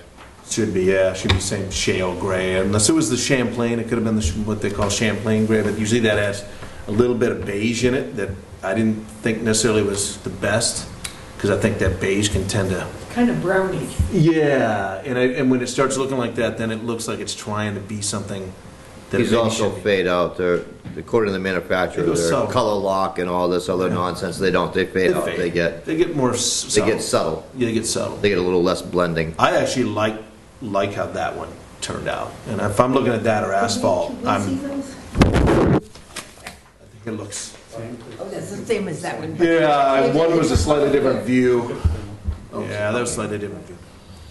So it's all Techno block. Yeah, it's... Another company's called Belgard. There's quite a few of them out there. We don't use a lot of them except for something And like that's this, real which is a granite, real right? narrow. Granite just on the edges. Oh, just on the edge, and this is all the Yeah. technical, right? And the point is the smoothness of the surface. Yeah, that's one point, Echo block. absolutely. Yeah, the smoothness, I would also say, for the heating element, that's probably number one. So it's unclear if you can heat granite, right? Well, there's possibly you'd probably be able to do it if you cut it thin enough to that. Yeah. Possible. Probably. I assume anything's possible. But not a It's- cobble, but not a cobble. Cobble, you'd probably have to split it. Probably Yeah. have to split it and slice it. But you'd also have to make it uniform on the backside, right? Just to make sure you can lay it. I've never had the guts to propose that to anybody yet. Either of those things, frankly. And maybe cobble wheel runs like we did on Fearing Road. And a lot of large slabs of granite we've done up to barns and done what I think is a really classic look. I could certainly ask Mike Montero if he wants to pave the entire thing in granite, but I hope I don't get punched. We have Granite probably isn't realistic. That's a real long driveway.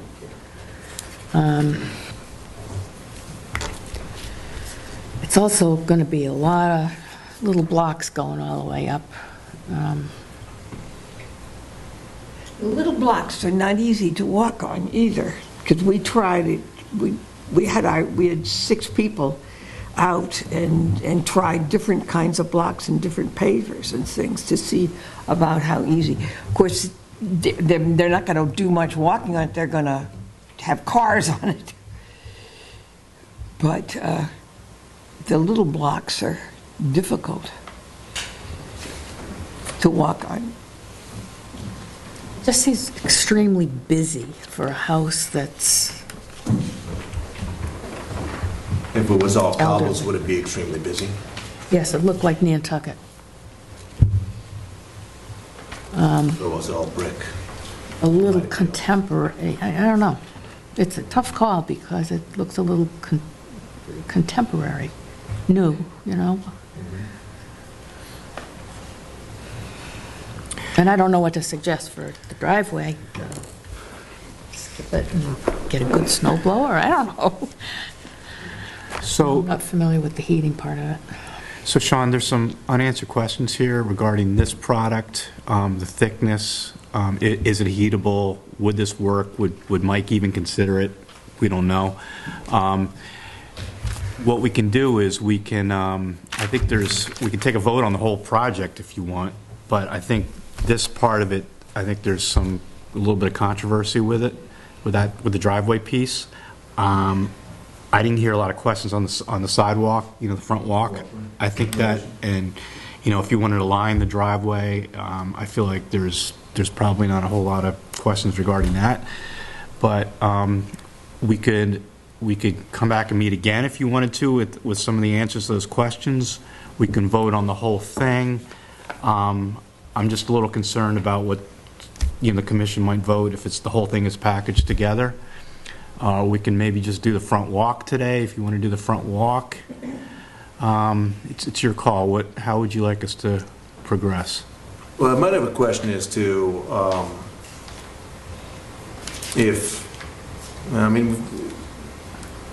I guess the front walk I think is a pretty simple one, but in terms of proposing to them, I didn't come in with an application for granite for the whole thing, so I wasn't necessarily going to expect him. But the cobble is, I'm wondering in what condition is precast concrete stones considered to be an acceptable material in the historic district if it's listed in the guidelines as being an accepted material. If it's not a driveway, is it that it's a walkway? Or is it that it's a terrace? Smaller terrace, smaller area maybe. I think we're looking at contemporary nature, smoothness on a very large area. At least that's how I'm thinking about it. A very new look, more contemporary look relative to the house and the And neighborhood. is it made of concrete, or is that if it were a different texture, on the surface. Do they come into other do they come in bigger sizes? They come in bigger sizes. I'm not sure about for the driving surface how much bigger you're going to get out of that. You might get a little bit bigger, but not tremendously bigger. But also, there are a variety of textures. I sometimes think that simple is better when you're using a piece like this, but if it comes down to that, I mean, I'm not so sure that he's interested. I'm just thinking in my head, I'm not so sure he's interested in spending that kind of money on saying, well, you know, I know it's listed here, but you can't use it unless it's granite, and you can't use the granite unless we machine it and we cut it and we. I don't know the answers to all those questions, and it would certainly help me in terms of making a suggestion for you. If this is all feasible, I think this is awesome. This is like this. This looks. I mean, all different sizes. You know, polymeric sand, gray between them all. It would look fabulous. And this would look good too. I don't know if it's economically or if it's a time issue or material issue. I don't know if he conducts through this well. I just don't know the answers. So those would be my questions. If we had feedback on all that, it would certainly help me. Personally, I don't want to go in that direction just because I feel like it's a new contemporary look that's not in keeping with the house, and it's a large area.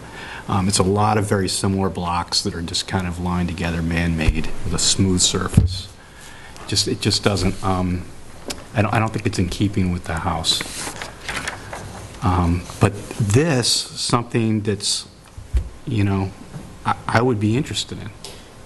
You've been before the board many times. Right. And always come in with some great projects. And I'm trying to think back from my tenure on the board. I don't know if we've ever approved a concrete walkway, and I don't think you've ever even proposed a concrete walkway to us. Oh, for a concrete block? Yeah, or for the concrete pavement? Yeah, you know, it's usually brick and cobble and granite and, fairly traditional. So this is... If it wasn't the heating element, I don't know that I would have ever... Right. I don't think there's I don't think that would be a concern. Right, so I think it's kind of it's a stretch for you to propose it, and it's a stretch for us because this is cutting edge for you and us together. We've never done it. Yeah. So it's a mass quantity of a manufactured material, and you know, from a historic standpoint, that manufactured material would be something we would be not typically reviewing. Yeah. So I think if we could get some answers, is the heat transference available through the cobble or through the rumble strip type of material, and can you get a thinner layer? You know, does it exist? I've never really done the legwork on that. I mean, you might be able to get I'm pretty sure you can get down to a 2.5. What about a brick? So could he do the brick? I mean, would the brick work? Because he's got a brick walk anyway. Mm-hmm. Brick does work. Yeah. In fact, because brick is one of the reasons, you know, basically fireplace, as far as heat transference and solar gain and heat gain, brick retains it. The clay, the same as a coffee cup retains the heat of your coffee. Or the porcelain of a tub, you know. Sean, I talked to a mason who felt like this was doable. I don't know what the thickness of the granite would be, but he says it's doable. Yeah. That's a lot of energy. Yeah, it's a big project, but I mean, as far as heat transference, I don't know if you can gain that much energy to heat that substance. Yeah. So it's worth looking into.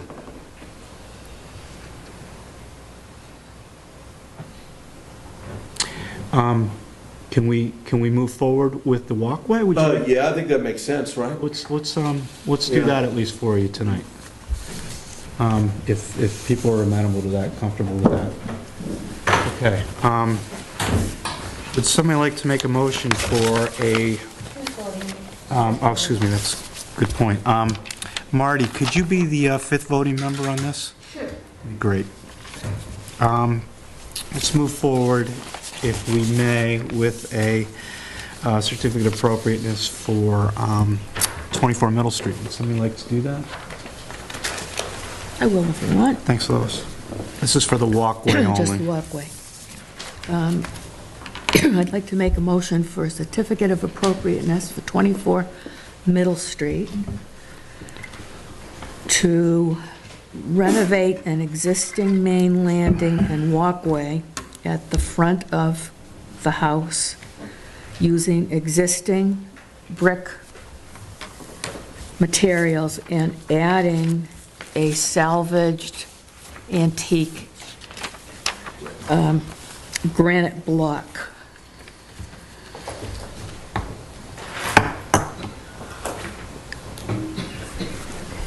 Was there going to be an edging at the end of the sidewalk, where it meets the sidewalk? Where it meets the sidewalk, we're going to do a granite slab. Yeah. Okay, including a granite slab, also salvaged? Yeah. Where the sidewalk and the walkway meet. I think that's... Increase the front stoop? Yeah. The front Yeah, stoop was to, what, 3 feet? Oh, I can give you that exact, here, with that scale. Yeah, it's just increased.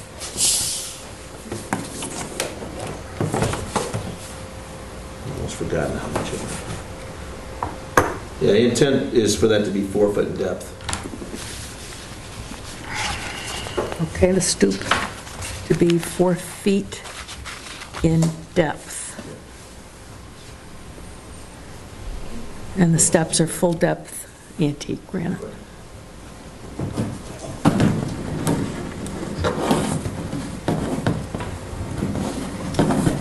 Good. Do we have a second? Good. All those in favor?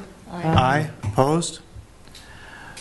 So, if you want to move forward with the second piece, we can do that, and get you on the schedule for the next meeting. Talk to Andrea what you'd like to do. Just, Sean, something I was thinking, I thought of, is there any chance that you could do a section of this driveway to show it? Yeah. And that would just be a drive-by That's a for... great idea, Lois. Yeah, we can always do the mock-up. Mock-up of the different options. That would be very beneficial.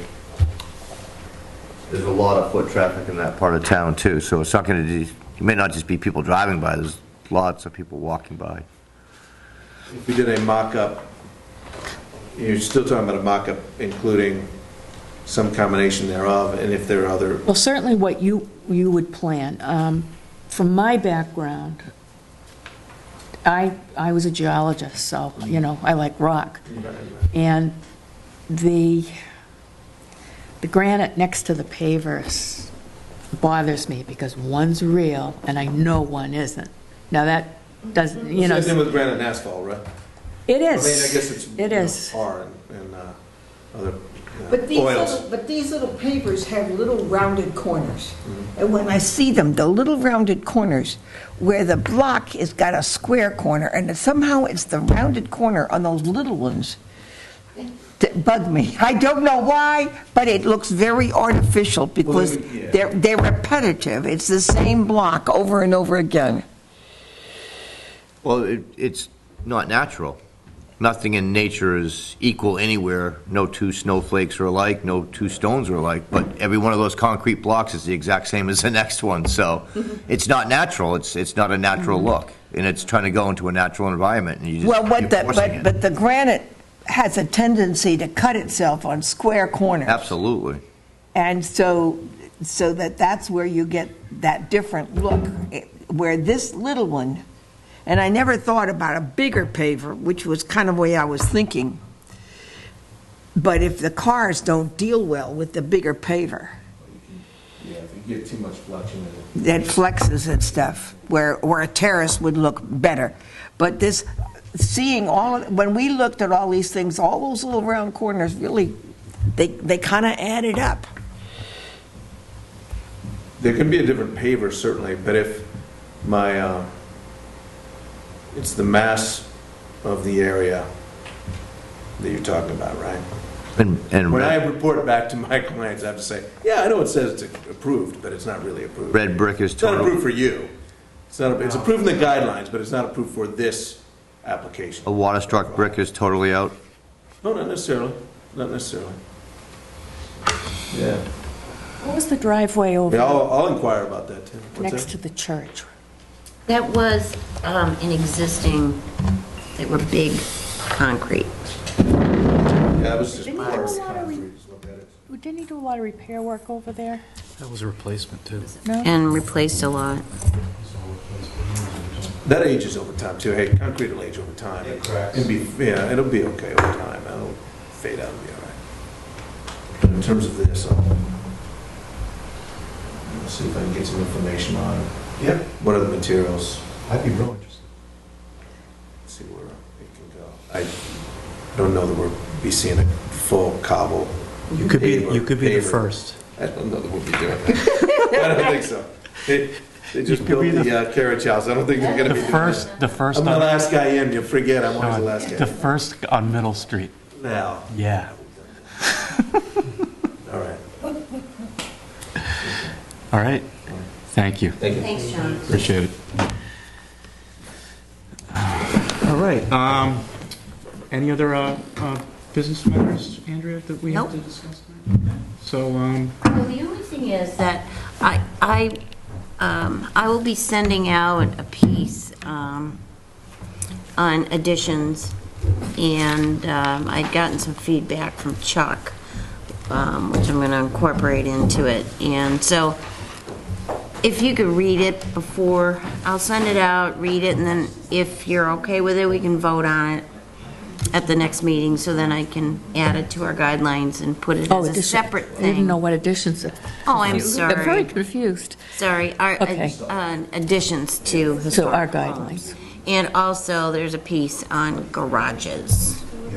So, it'll be very helpful if we had that information up front before people submit applications, so they know what we're looking for, and it'll maybe streamline the process. okay. So that's all I have. Somebody like to make a motion to adjourn the meeting for this evening? So moved. Okay.